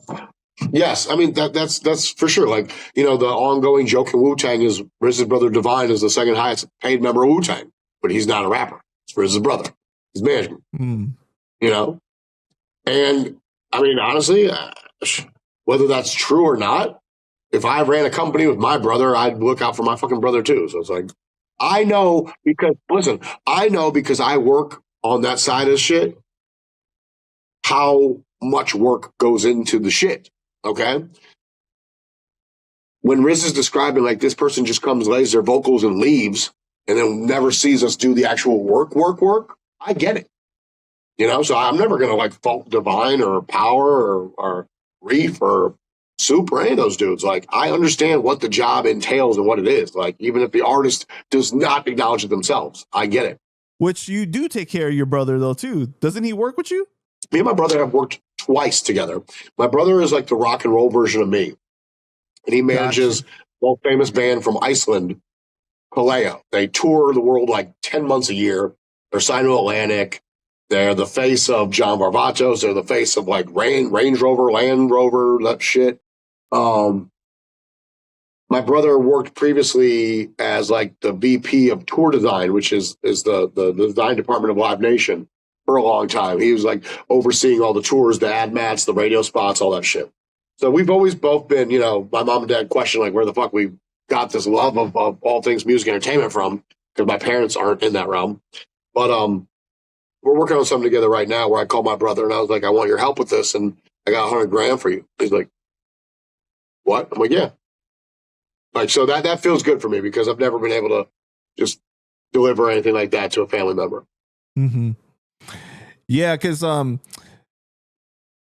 situation with Wu-Tang, I wonder, do you think it has anything to do with you being white though? Like if you were black, do you think that it would be more accepted to have an opinion? I don't think of it as a white or black thing. I think of it like Wu-Tang is so like family oriented in the grains of Shaolin in New York that oftentimes it's not, it's the white guy or the Jew. It's like, he's not one of us. Like, he's not from New York. He's not from the grain. It's like, dude, really? Like, I might have accepted that argument 30 years ago. But now look at RZA. You go in RZA's dressing room after the show, and it's all fucking Hollywood and movie execs and actors and that kind of shit. Might look over and be like, oh shit, that's Cher. There's Mario Van Peebles. They're like, random. There's Russell Crowe. Like, there's Joaquin Woodbine. I'm like, okay. Like, but, so I've never got that from RZA, but it's like, I know that's a real thing amongst some of the management and other members. It's like, I'm still looked at as an outsider. My name is on as many Wu-Tang album credits as like Power at this stage. Like, You know, and me and Power have never worked on anything together. We have a record, hopefully will come out next year on 36 Chambers, called Student of the Game. It's like a Wu-Tang compilation. What has the response been from Wu-Tang affiliates regarding your book? The only person that hit me was like, yo, this is dope, is Law the Dark Man. And that's my guy. Like, me and Law have been friends since I was fucking 20 plus years, bro. But you haven't heard any backlash from any Wu members about what you wrote or anything? No, I hand delivered a copy to Master Killer. I just mailed a copy there to Capadonna. Because he's like, oh my God, if your book is like this Kill Priest chapter, good fucking luck. He's like, am I in there? I'm like, not. You're mentioned, if you are, it's in a positive light. But like, you don't have a Kill Priest story. I think he commented on when you read the Killer Priest chapter, yeah. Right? In the comments. Yeah. He's like, God damn. He said the prodigal, God damn. Wow, man. Yo, so I meant to ask you earlier, when you pulled up to New York, did you run into our buddy Aguilar? No. And I was in Brooklyn 1 or 2 days. I meant to call Poison Pen to come to the studio one day, and I didn't. The work environment on the studio was kind of volatile. You know, we're working on a big fucking record with Rakim and Master Killer and Corrupt, and it would have been nice to see Penn. I talked to him a few days before I went out there. But no, Aguilar was not in any of the places I was at. And I did, but interestingly enough, I had Buckshot come to the studio, and I think that at one point in time they lived in the same building. So I could have told Buck to bring him. When you said in the past that you cannot be a fan of Sean Price and a fan of Aguilar, what did you mean by that? You can like music, like everyone loves the song that's on Grand Theft Auto, you know, the Rising to the Top. Right. But Aguilar has literally disrespected Bernadette and the legacy of Sean to the point where it's like, if Bernadette tells you we don't fuck with that guy, then you can't be fans of both. Like if you in the mid 90s, when Tupac dropped Hit 'Em Up, like if you loved Tupac like that, you couldn't like Mobb Deep, you couldn't like Jay-Z, you couldn't like Chino. This is true. That's where your loyalties had to lie, and that's how I feel about Sean Price. I'm never gonna fucking pick a side over Sean. Not for a fucking Aguilar. How did he disrespect Bernadette? It's a million ways. It's things you say, things you do. You know, Aguilar would go and do interviews saying like Sean was nothing without him. That kind of shit. Now, see, Aguilar he has no filter. And I get that criticism a lot too, but there was a point in time in Sean's career where like he wasn't getting beats and shit from anybody. Aguilar stepped up to the plate. Okay. That's a real thing. Mm-hmm. But you could say I gave Sean beats when no one else would give him beats. You don't have to say Sean was nothing without me. Yeah. He was already Sean Price. He was fucking rock. Okay? That's pretty wild to say. Helter Skelter existed, dude, before you. Yeah, that's pretty crazy to say that, man. Yeah. Did you ever have Sean Price, big ruck known for flashing these ratchets? Love that. Probably. Did you ever have any conversations with Sean about the situation with Ag? No, because Aguilar didn't start disrespecting him until after he was dead. Got you. Okay. And obviously you've had conversations with Bernadette about it. Of course. All those dudes. Buckshot, Rim, everybody. That's unfortunate, man. Yeah, but that's Aguilar. You can't just that's where we differ, bro. Like, I'm not shit talking these people just for the sake of shit talking someone. Like, you fucking wronged me, and now I'm gonna put it out there. Okay? Aguilar just talks to talk. Like, it doesn't matter who's listening. Like, that's where we differ, bro. I'm hoping that over time, the more of these interviews we do, and I'm grateful for them, because it's not just self-serving for you, it helps push the M80 agenda. Mm-hmm. More people either will come around to respecting my character in the business, liking me as a person, and ideally supporting my products. But Aguilar's just talking to talk with no agenda behind it. What do you hope to get out of saying Sean Price was nothing without you? You think some like new Aglaw fan's going to emerge and be like, oh my God, I went and fucking discovered your discography. You're so great, bro. No, fuck out of here. That's a stupid thing to say. I think that people have started to respect you a lot more since we started doing interviews. I think so. I've seen a lot of positivity come from it. I agree. My whole shit, like I talk about this, I talked about it in some interview and I talk about it in the book in the Pete Rock chapter. The Pete Rock little beef, I think, was the first time I literally was able to convert this man's entire fan base to being like, damn, Pete, why are you lying? Like, this M80 guy has all the fucking receipts. Like, everything you're saying is a lie. I like converting people's way of thinking that are against me. I like being able to show people the light. Eventually, they'll find out the truth in their own time. Like with the Chino situation, dude, literally there was a week I got like 80 DMs of apologies from strangers. Some I knew were shit talking to me, others I didn't. And it's like, thank you. Like, welcome to the side of right. I'm sorry that some people out there in the world are dumb enough where they believe I'm actually anti Chino XL or anti his family. I'm anti one person and their new faction. All the shit they're doing now with this Chino shit is trying to big up DJ G.I. Joe. Sorry, DJ G.I. Joe, you're not going to get new fans off of Chino's name, bro. If you didn't have any fans when Chino was alive, you're not going to have any in his passing. Everything has DJ G.I. Joe's name attached to it. That's not Chino, bro. You guys did one song together in his lifetime. Stop making this about you. I didn't make this shit about me. I was the executive producer of Darkness Our Colors in Chino's lifetime. I didn't wait till he passed away and be like, I executive produced the album. Chino told you that on his own fucking Instagram. I did. I don't need to make myself look any more important. I bought the masters to the albums. He never owned any of his masters. Gave the money and the masters over to his youngest daughters. But I'm the bad guy. You should totally hate me. Fuck me, right? Yeah, let's go into that, right? So you recently posted a post going at Stacey Castro, China, whom you like to call Steina, DJ G.I. Joe, and the estate in general. No, Steina is China and Stacey combined. Oh, okay, got you. Okay, I was wondering why that was. Okay. What made you do this post recently? Stacey Castro modified Chino XL's Wikipedia page, and she did the same thing to Kill Priest to like make herself look more important, claiming she was Priest's only manager. Dude, Priest has had like 12 managers since I've known him. In fact, his first manager died on the toilet, and it wasn't Stacey Castro. She's still alive and kicking in her fucking turtlenecks. Then there was Louis Lombard, who also managed Canibus. You know, so it's just like modifying people's Wikipedia page doesn't change the reality of these artist situations or the actual history of these records. So she modifies Chino's page to say Darkness Our Colors, A Map of Bones, and Ascension are unauthorized products. You're just making Chino look dumb. They're albums Chino made. Then she says that the Rakim album isn't real. And like, that's where I draw the line. Like, one, so Rakim, the God MC, the one rapper in the world that every rapper I work with admires. You're saying his record's not real? He closes out all his shows with Be Ill Now.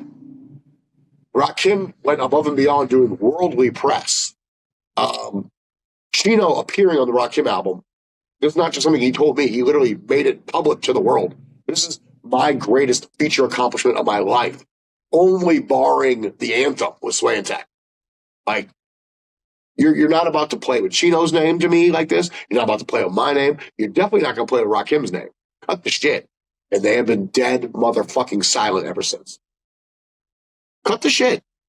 Stop it. I've literally disproven every single arrow you have swung at me.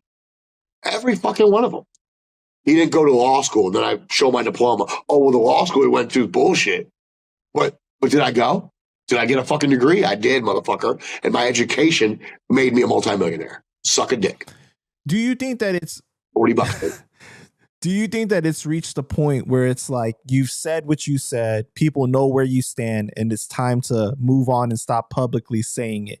Or do you think that they keep on bringing you out? It's been that time. It's been that time 100 times over. I've made at least 10 posts. Like, this is the last time I'm posting about this. Like, I've done that like 10 times. So I feel corny for doing that. Mm-hmm. Like when my family tells me, like, stop it. When Chino's youngest daughters are like, you don't have to say anything more, Em. You're literally the only person still calling to check in on us, ask if we need money, ask if we da-da-da. Like I'm taking Bella to go see No Doubt in May of 2026. Like, no one's planning like shit like that. Like, That's dope, man. you know? Yeah, dude. So it's like, I was the one they wanted to be the scapegoat, the bad guy, the fall guy, whatever. But I'm just the guy. I'm the one. And Chino saw it. If you can't see it, that's on you. You know what really hurt was when Bella recommended that I go see The Medium. And then I went live with The Medium for like the first 15 minutes. And then when she's like, look, shit's about to get real, you might want to stop filming. When they're like, oh, M80 like staged going to a medium when The Medium was shit talking China. But she's talking, like, she's telling me what Chino's saying. Like, keep doing everything you are fucking doing. Like, China doesn't know how to run my shit. Stacey Castro, I fired her 3 times. DJ G.I. Joe, what the fuck? Chino's, I think The Medium was like, Chino said he talked to Joe like once in the past year prior to his passing. And then here's Joe like, my best friend died, man. Really? You talked to your best friend once a fucking year? I talk all my phone records between Instagram, telephone, and WhatsApp. I talked to Chino, I think, 87 times, like in the 3 months prior to his passing. Like, okay, buddy, sure thing. Great friend you are. So no, like if The Medium's telling me what Chino's saying and he's like, keep doing everything you're fucking doing, I'm doing it. If The Medium would have been like, she wants you to stop, I'll stop. But she did not say anything to that effect. What do you think would be different if China and you guys actually got along? How different things would be? I feel like things would be a lot more in her favor, right? She wouldn't have to sell fucking stash boxes and smoking accessories. And I think they just launched a new line of shirts that are like racially motivated, like white boy, Chino XL. Boricua, Chino XL. Like, it's fucking weird. Like, stand up, brother. Chino XL. Like, dude, do you think people are going to buy these? Like, what? It's like the dumb leading the dumb over there, dude. And by the way, I don't expect their fucking lawsuit to do anything, go anywhere. You know, these lawsuits take years and years and years. By the time, if we ever went to court, there'd be nothing to show. Like, I literally have on record where I reached out to 7 different record labels to get offers for the digital for Darkness in Our Colors. And I'm like, whatever the money is, you can give it to the family, meaning Bella and Lyric at the time. Because remember, when I bought the rights to Darkness in Our Colors, in contract, the profits had to go to Lyric. The highest offer I got for Darkness in Our Colors was $2,000. Now, you might be like, that's crazy. I made he's talking shit. No, $2,000. The album has been out for 13 months now and made less than $1,000 digitally. So $2,000 was not a crazy offer on a 7-year licensing term. That's the reality of it. That's why Chino at the end of his life was not informing me on all these fucking random deals he was doing, because I would have said no. But I didn't know until he told me, like I said, you know, when you're going to Australia, when you come back, I won't be alive. And then I came back and he was alive for another 2-3 days. But he was just putting money together, man, to take care of whatever he could, bro. Family, personal, health, whatever. But I definitely would have been like, I'm not going to let you do a full-length fucking 7-song EP for $2,000 when I just got you like $25,000 to do this, or $10,000 to do this, or $7,500 to do this. It's crazy. How do you feel about people that share your feelings but feel it's wrong to publicly bash the estate because they are Chino's family? I say this, and this has to be the end-all be-all of the argument. They started it, and I'm a fucking man, so I'm always going to ride for my own. I'm going to ride for me if no one else does. So I get it. You don't like the fact that you think I'm being disrespectful. They literally started it. Putting posts up on the Chino XL page like, M80, how can we beef with a turkey? Cool, man. On literally a post Chino made for me saying that I'm like his favorite person in the world and my grandma's his favorite person in the world. And I've always been there for him and his family. And that's the post you're using against me. And there's people like, fuck that guy, because they're morons too. Not everyone can be the smart person. We have to have idiots to balance out like this fucking scale of things. So there's no smart people over there that are like, fuck M80. It's all fucking idiots. So you stay there. Hate me all you want. I'm going to be over here on the side with the intellects getting bread, doing awesome shit. Literally being able to wake up every morning and be like, what do I want to do today? Because I can do whatever I want. That's the side I'm comfortable on. That Chino XL and Rebel Armz chapter in your book, though, bro, I was a little surprised, man. You decided to reveal what you did. It's like borderline. You revealed a lot, but you said that you still held some back. It seems like there's some resentment there on your part towards Rebel Armz because of what you wrote in the original IG post that where you were going at Stacy in the caption. Yeah, Penn called me, and he's like, "Look, dude, I'm part of Rebel Armz," and I'm like, "But I'm not talking about you." And he's like, "But I'm still a part of that." All right, cool. Because Chino told me before he passed, Penn is my brother. You can fuck with Penn. You can trust Penn. And Penn there's no loyalty to M80 other than the fact he knows that Chino told him the same shit. M is my brother. Look out for him. But Penn's loyalty will always be with tech. And, that's fine. That man puts money in your pockets. I get it. I understand how the shit works. But I know that Chino's passing was semi-convenient for some of those people. What do you mean by that? Because they didn't get to see Chino publicly denounce Rebel Armz. I'm not a part of this anymore. I'm not with them anymore.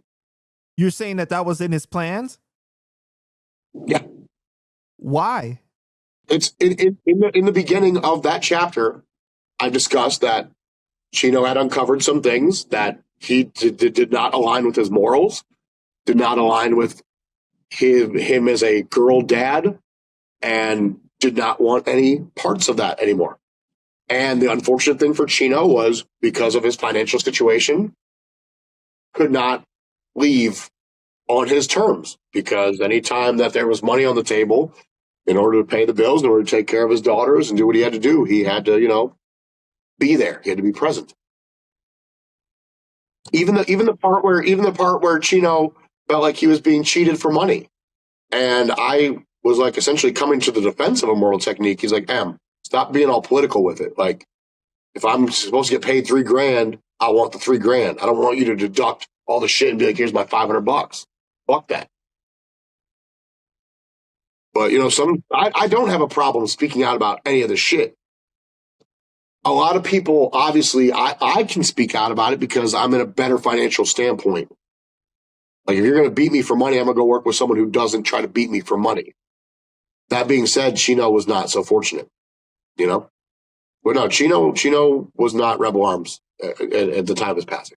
But you're being a little vague about that situation. So you're saying that with I have to be. Okay. All right. It's protecting the innocent.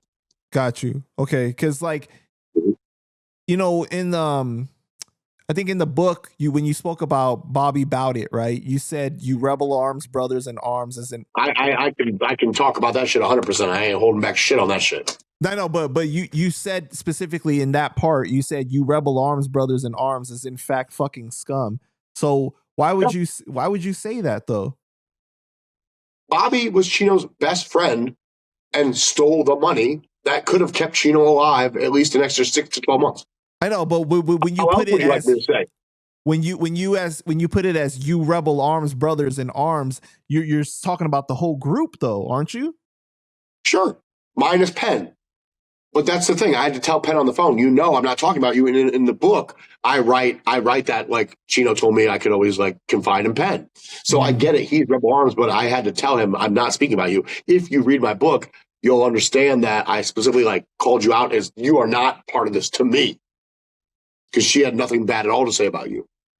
And they're like, well, Chino had bad things to say about you too. That's why in the Chino chapter, I'm like, here's the 5 or 6 times that my brother wasn't happy with me. Right. And then the funny thing, after it came out, I remembered one more thing, but it was funny to me. Like, Chino was mad that I was in a music video for my artist Truth, who had a song with Sugar Free, and she wasn't happy about it because Sugar Free, is the pimp and pimp nuts. So it's not the most sound thing when you're a girl dad Got for you. promoting the pimpery. But I thought the video, I'm playing like a simp in the video where like this hot chick's trying to sell me a classic car. And I'm just like, being wooed by her. And I just hand her my wallet and my credit card, like without, and it's funny. But that's why in the Chino part of the chapter, I talk about the times where I feel like I let Chino down. So they can't use that as ammo against me. Like, I know when I fucking disappointed him. It's okay for that to happen. I've had more arguments with my actual blood brother. Look at Wu-Tang. These are a band of brothers. They come together to get bread, bro. Those motherfuckers don't like each other like that. Not 30 years later. But what are your issues with tech specifically then? Before Chino came to me for the money and shit, he went to tech first, and the money ended up coming from me. But, I without looking at my books next to Immortal Techniques books, I've always thought that tech's probably been as prominent, if not more, in the financial world than me. And it's like, Bobby Bowdit has always been a hustler, hence the name. None of your brothers that have been your lifetime brothers came through for you. I did. And if Kill Priest would have still been my brother, then that would have never happened. If he would have come to me, if Chino would have come to me when I was a father, that wouldn't have happened. It was like, dude, I really don't want to see you fucking trying to piece this money together. $1,000 here, 500 here, 100 there, $6,000 here. Like, I'm going to go try to get this 50 for you. But I think of the 50, he took like 45. And the procedure was like 32 to 36,000 or some shit. And the other 9 or 10 was just for fucking like expenses and shit, dude. Like living, That's my qualm, bro. These motherfuckers, like I said this in an interview the other day about the Rhymefest shit. Rhymefest got all fucking huffy puffy about, I didn't tip. Like, he made a post where he didn't tip the waiter because the waiter was fucking slow with his hot sauce or some dumb shit. Right. When you are blessed to make money, God blesses you to bless others. What are you going to die with all that bread? That's why I helped Chino the way I helped him. And it wasn't just this one instance, but it really hurt me to be like, God, dude, you speak so highly of Immortal Technique. And for all accounts, he's a good person. When I talk to him, he's not disrespectful to me, but you could have paid that shit, bro. I don't want to hear about how much money you donated to China after he died. What the fuck did you do in his lifetime, in his time of need, other than give him $500 when you're supposed to be getting thousands? That Chino told me about, and like show me fucking emails. Like, I got this email. I don't think I was supposed to get it, but like Chino was offered like Immortal Technique got him like $3,000 to be on the show with him, and then gave him $500. Like, that was the part of the book I'm talking about where I'm telling Chino, maybe Tech takes his cut, and then your flight, your hotel. He's like, nah, I ain't trying to hear none of that shit, dude. Which is also typical rapper shit where they're not trying to hear the justification of how the money gets spent. But so that's it. When like if you're my brother, like how I view Immortal Technique and Chino XL, anything you need that I can accommodate should always be accommodated. That's how I see it. It doesn't have to be any deeper than that. If I got it, you got it type shit. I got a sandwich, you're hungry, we split the motherfucking sandwich, right? Right. I don't take 1/10 of the sandwich and be like, here's a bite. Wasn't there a situation though, like where like Tech said that he was gonna buy like the owner, the masters to the albums and stuff if you could prove that it was going to Lyric and Bella? No, it wasn't even that. He just wanted me to get him in touch with all the parties. And him and his lawyer would handle all the business. I just was connecting the dots. So that's interesting for one of two reasons. One, it's interesting because I believed him. And I'm like, okay, now you're going to flex some money. Because if you're buying all these rights, we're talking over $100,000. Like this, this label paid 25, this label paid 10, this label paid 17.5, like, that kind of shit. So I was happy that could have happened. I even posted like applauding Tech, which of course made him look good in my story and shit. He shared it or whatever. Or no, whatever. But then when China goes against her word and was like, we just are anti-M80, I would never like fuck with my sisters over, which is exactly what she did. She literally fought her own sisters to gain sole access to the estate, cutting Lyric and Bella out of it. So again, another thing where it's like, I told you so. I fucking told you so. Gross is gross. So then Tech got to fall on the excuse, well, now that the estate's divided, it's probably best I fall back. So we never got to see him flex any kind of authority there, any kind of financial muscle. And I would have liked to see that happen because there were people that were like, I'll sell them the rights if it's going to the family. I'll charge them exactly what I paid. No profit. So I'm the only one who did that shit. Mm. You know? Wasn't there a situation where something was said on stage that was upsetting to you too? Yeah. I talked about that with Penn. This is at Red Rocks like a month or two ago, and this is after China's taken the estate away from Lyric and Bella, has launched ChinoXL.com with like moronic shit that Chino would have never fucking released, like fucking aprons and marijuana stash boxes and iPoppy shirts, you know. And Tech says something along the lines like, and I want to give a shout out to China too. I'll never forget you again. It's like, yeah, bro, it's okay to take sides, dude. Like if you were Chino's brother, like I was Chino's brother, yes, that's Chino's daughter, but she was so important to him. I guess she was brought up to me 0 times in 17 years. And Tech, you know, in the grand scheme of things, that Lyric and Bella rank above China in far as importance in Chino's life. And that's just what that is. I don't make the rules, okay? Yes, Chino obviously loved his daughter, all his daughters. They're his siblings, okay? That we're not going to act like that's not a thing. So you're shouting China out after she's done all the fuck shit to Lyric and Bella. They can't even call her anymore. If Lyric and Bella tries to call China, be like, oh, contact our attorney or talk to Stacy or talk to DJ G.I. Joe. It's like, what? We're calling you just to like talk as sisters. So yeah, I don't respect that shit. But I'm the only person that can just talk my talk because I'm Team Chino XL, bro. All these other people are, I want to be in Switzerland. I want to be in the neutral territory on it. I don't want to speak on it. I don't give a fuck. Have you reached out to Tech directly to try to resolve those kind of feelings that you have towards him about that? Yeah, I don't dislike the guy. I say fucked up shit all the time too. But I'm not calling Tech, or he's not, people aren't calling me every time I fucking say something they might not like. This is how I feel about that situation. I think life will go on. I think we'll both be all right. We could be in the same room with each other and dap each other up and keep it pushing. Like his business has nothing to do with me and my business has nothing to do with him. That's it. That's the end of that. Yeah. I'm not going to call and be like, hey man, I don't like the fact that you shouted out China. Like maybe Tech has his own relationship with China. Like, cool. Do you think that's more of a conversation that you guys might have if you guys were in person with each other? No. Not at all? No. It just is what it is?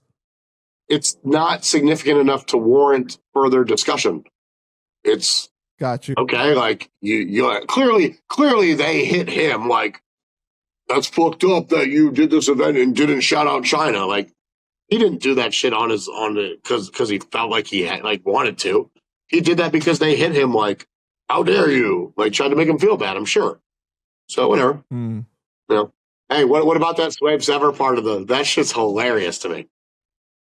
What? In his chapter where he wanted to fight me because Steve Reyes had told him that I was blocking his blessings. I'm like, bro, no offense, but in my entire lifetime, no one has ever called me for any Swave anything. Yeah, that's hilarious. So I recently interviewed Diabolic and I read him part of the Rebel Armz chapter in regards to what you had to say about him. He doesn't remember things the way that you did. He said he thinks you're confusing two separate situations, but he did say he needed to speak to Verbal about the verses that he had of Diabolics. Okay, so did he elaborate? How does he think I'm mistaking one for two situations? It was one thing. It was all just one occurrence. He doesn't remember that. I guess he doesn't remember the licensing situation at all. It wasn't a license situation. It was an unreleased Diabolic verse. A license is something previously released that's like you can license and transfer to someone. This client wanted a Diabolic verse.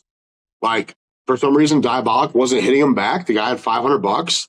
Somehow got to me and was like, "Can you get me a Diabolic verse?" And he's like, "He's not answering." I'm like, "Well, if he's not answering for you and you're trying to pay him money and I didn't answer for me," I call Verbal. Verbal's like, "Yeah, he just did like 2 or 3 tracks for me. I'll sell you one." Cool. I bought it for $300. I put 200 in my pocket. Diabolic's like, "Fuck you," blah, blah, blah. That's how the argument started. Give me the $500. I'm like, I already sent Verbal 3, so I'm not doing that. I called the artist. I'm like, "Look, this is going to be a headache. I'm just going to give you your money back. Don't use the verse." That was that. It was simple. I still do little deals like that. $100 here, $200 there, $50 there. And then on the controversy side, like $10,000 here, $50,000 there, $35 there, like whatever, money's money. But that was like the origin of like him not liking me. And then I don't remember if it was when he was leaving Viper Records or something to do with the administrative work on A Liar and a Thief, but I had to get him the Canibus sign off, and I wasn't a dick about it. I just did it, He did say that though. He said that you did do that for him, and he was grateful for that. And come to find out, he's really good friends with Matt Diamond of Coal Mine, and me and Matt, when we met, we didn't hit it off. In fact, in the Fat Beats like related chapter, I'm talking about how when Matt came in, he kind of like was fucking with my money. Because when me and Joe had a great relationship, and I'd go in there and be like, "I need 20 grand for this, 25 for this, 10 for this, 15, like that kind of shit."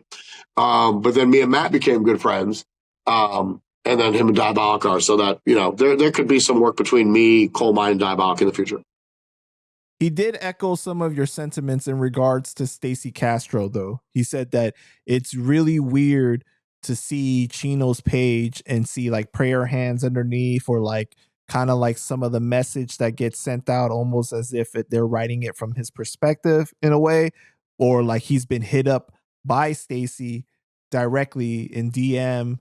Like, bro, I would freak the fuck out. I'm not saying this to be funny at all. I would lose my shit if I opened my messenger one day and I had a DM from Chino XL. That's what he basically I don't care said. who's right. China, Stacey, anybody. I would freak the fuck out. And it's triggering for people. And it's like, just, if you want to talk to me and you have an Instagram page, write me from your fucking Instagram page, you weird ass bitch. What? Why are you commenting as Chino XL? You have your own page. China has a page. Stacey has a page. Joe has a page. I think it's funny when because I know like some of the people who run Ghostface's page, when I see them like talking to each other, but it's really them commenting back to them. It's fucking weird and corny and just hilarious. And it's stupid, dude. Like, I think it was apathy that like, maybe self-titled or someone made a post and like Chino XL, like Chino XL, Stacey Castro, because that's what it is now. Chino XL is Stacey Castro now. It says in there the page registered in Barcelona. That's where she lives. Left like fire emojis under anything. And apathy is like, who the fuck is writing this? He knows it's Stacey, but still, just to prove a point, you're not Chino. He wrote that? You can comment as you. You want to be these people. I don't want to be any of these motherfuckers I work with. I'm me. That still hasn't resonated to some people. There's a lot of these circumstances where I'm as important, if not more, in the projects I'm associated to. That does not apply to Rakim, okay? But we can't discount what the fuck I do. I already showed you the fucking mathematics of it all. Chino last 2 albums, 30 G's plus for me.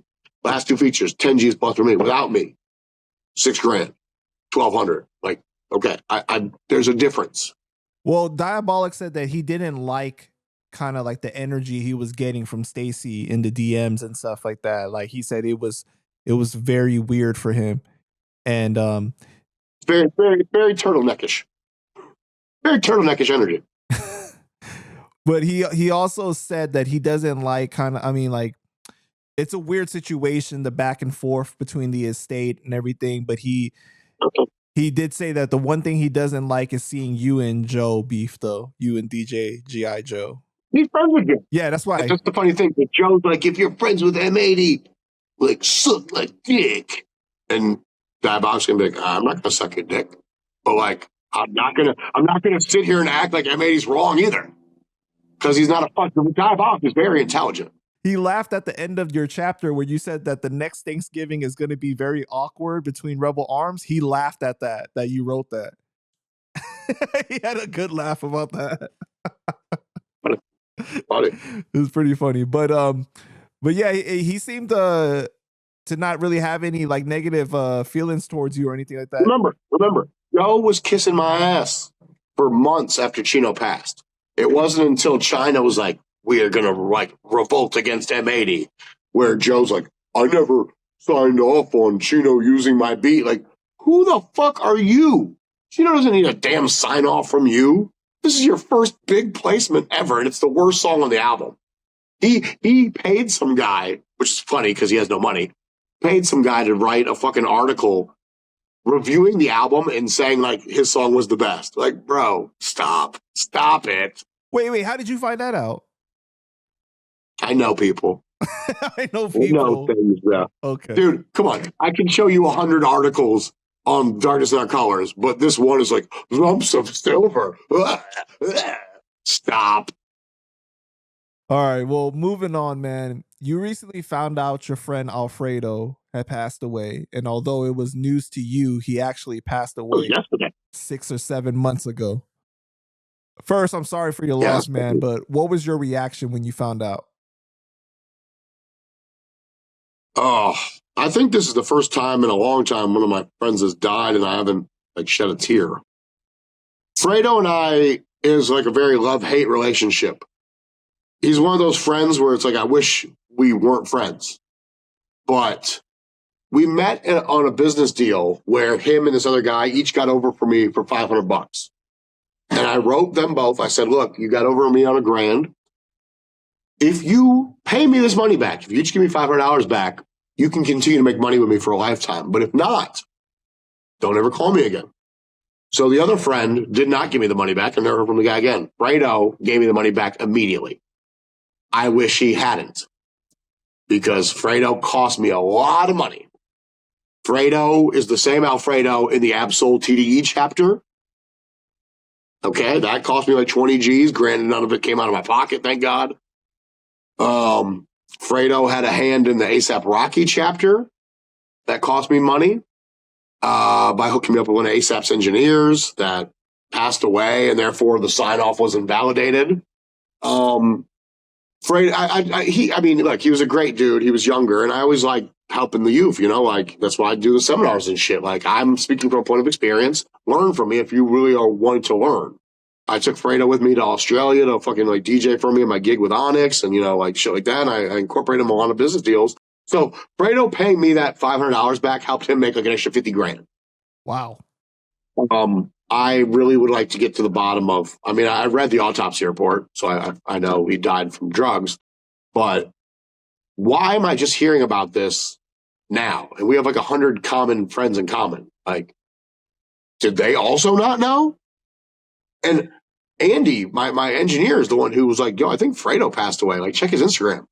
And I see a post, and his last post is from like many, many months ago, but then I see like condolence messages underneath, and I had to research myself. But that's never happened before, dude. Like, that was on some like MF Doom shit where he died, in like October or something? They announced it in December.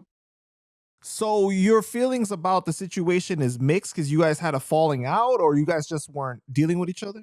Yeah, I'm sad. I'm sad my friend has passed, but like, when I think about it, I wasn't crying because like I laugh about like our experiences. Mm-hmm. Like towards the end there, Fredo was he was developing a sticky fingers habit, and would take anything that was just in the open. He was doing that to me and a lot of our friends, and you know, we went. The funniest shit, we went out to a $1,500 dinner. He ordered like a $200 meal. When the bill came, he's like, I got $10. I'm like, awesome, sure you do. Funny shit, you just got to roll with it because, like, okay. Well, what made you want to keep accepting having someone like that around? I thought I could genuinely better his life. Like, he was eager to learn and like be around me and like shadow me and stuff, and I gave him that kind of candor, and I respected that he gave me that $500 back that I felt him and his friend beat me for. Yeah, but you don't give that kind of opportunity to just anybody, right? So you had to see something like. I did see something in him, and he worked. He was always working. He was an engineer, like for Absol and them. He was a fucking producer. He's an artist. He was touring. Like he was busy. He was always doing shit. So it's like I respected him for the work ethic. Mm-hmm. You know, he was a fun guy. He's a cool guy to be around. When these strippers wrote me yesterday, like we're gonna miss him in Australia. He left a good impression on the strippers. Well, rest in peace to him, man. Rest in peace, Alfredo. What is your worst experience in the music industry ever?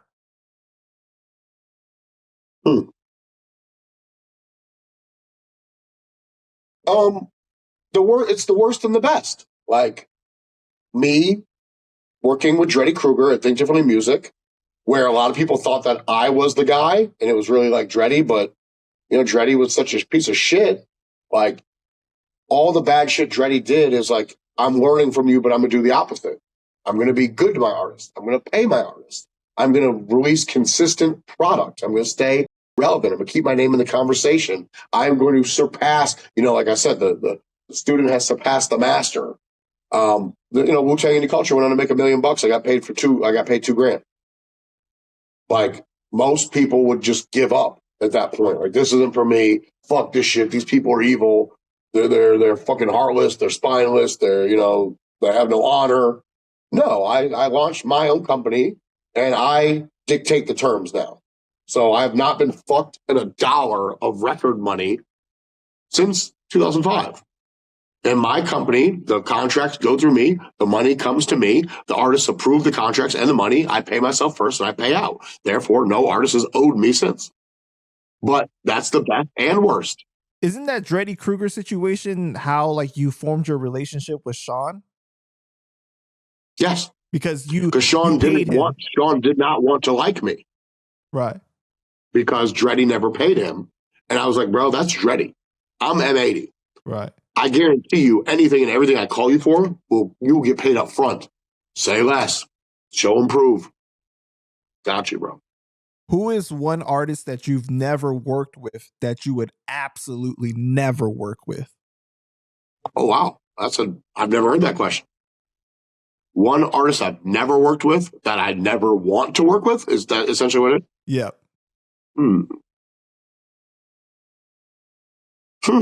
That's a real fucking thinker, bro.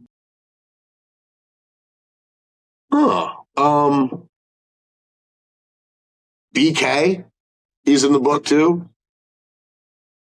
BK? Yeah, BK. Bekay. He's friendly. Right. Diabolic knows it. Yeah, that guy. Why? He hit me up for like a $500 consultation and like fronted on the money and like was like going on. He just makes shit up on the internet. He said he was going to battle Eminem, but he didn't have like the $200,000. I'm like, dog, Eminem turns down shows for like $5 million. Like, what are you talking about right now? Like, he's just a fucking weirdo. And he was like, I've made fun of him for not having my $500. And like, he's like, I'll fight you. And I'm like, I will literally come to your fucking block and beat the shit out of you. And then I was like, I said, I pushed him over the edge. I was like, hey, by the way, in 2009, I fucked your girl cousin with the big tits and the ass. Came all over her face. It was glorious. What's she up to? And he's like, yeah, she's dead, fucking, what do you say? He's like, you like, it was something like you piece of shit. Like I'm missing a word here. It was like incomprehensible or incorrigible piece of shit. And I was like, damn, I'm gonna miss those titties. That's fucked up, man. That's crazy. That's wild. You know what's really crazy? Like, I used to talk to her a lot in the messenger. And I was talking to this girl one time. I met her on an airplane going from like LA to Indy. She was in Playboy. She was married, and like as soon as I got off the plane, I went to a newsstand and like found her episode of Playboy. It was like the recent issue, and she invited me to the house one time. She was still married, but she's like, "My friend's gonna be here. You might like my friend." And I'm like, a couple, both of you, hopefully. Her and her husband got divorced years later. And she's like, when are you coming to Indy next? And I'm like, next month. She's like, call me when you get here. Here's my number. Cool. I call her and she's not answering for a couple days. And I like DM her a couple times. She doesn't answer. And I click on her page and it's like an obituary from like 4 days after she's like, call me when you get here. I'm like, oh shit. That's some wild shit. Wow. What was the cause of death? I think she drank herself to death. Damn, that's a shame, man. And that's the first time I've had a girlfriend that did that. Wow. I had a friend named Autumn. She was 90 pounds or 70 pounds or some shit at the time of her death. She could drink like 2/5 of vodka. She was crazy with it. All right. Who is an artist you have to work with that you would never work with again? Keith Murray. That's the only one? Keith Murray, 60-Second Assassin, C. Ray's Walls, Killer Priest, Canibus. I'm holding out hope with the Canibus one. I think that you have a soft spot in your heart for Canibus. An animal with a mechanical mandible. Spitting double slang at you. I'm the all-seeing lyrical. Fucking love Canibus, dude, but what's the point? If I ever work with Canibus again, I'd be like, go finish your album and give it to me when it's done. And then we'll go get the money. That's the only way it can work. I can't go get him any bags in anticipation of him not rapping again. Right. He's done that 4 times now. All right, M80. Man, I just want to thank you for your time. Is there anything else you want to say to the people before we go ahead and wrap it up? People at home, I hope that one day you see an exclusive interview with Chino XL's youngest daughters and their mothers and their people helping them behind the scenes so you can really get an account for the truth. That'd be big for me. In the meantime, 100ways.myshopify.com, or go to Almighty M80 on Instagram and purchase your hardbound or paperback copy of this book. If you cannot afford to purchase the book, you can download it for free. This is so funny. Like 20 people have done this. They've gone to the website and they click to purchase the free digital. There's nothing to purchase. Just go to the WeTransfer link, click it, and download it. Literally, two people yesterday sent me $11.99 shipping. I'm like, Jesus Christ. It's free. Free. $0.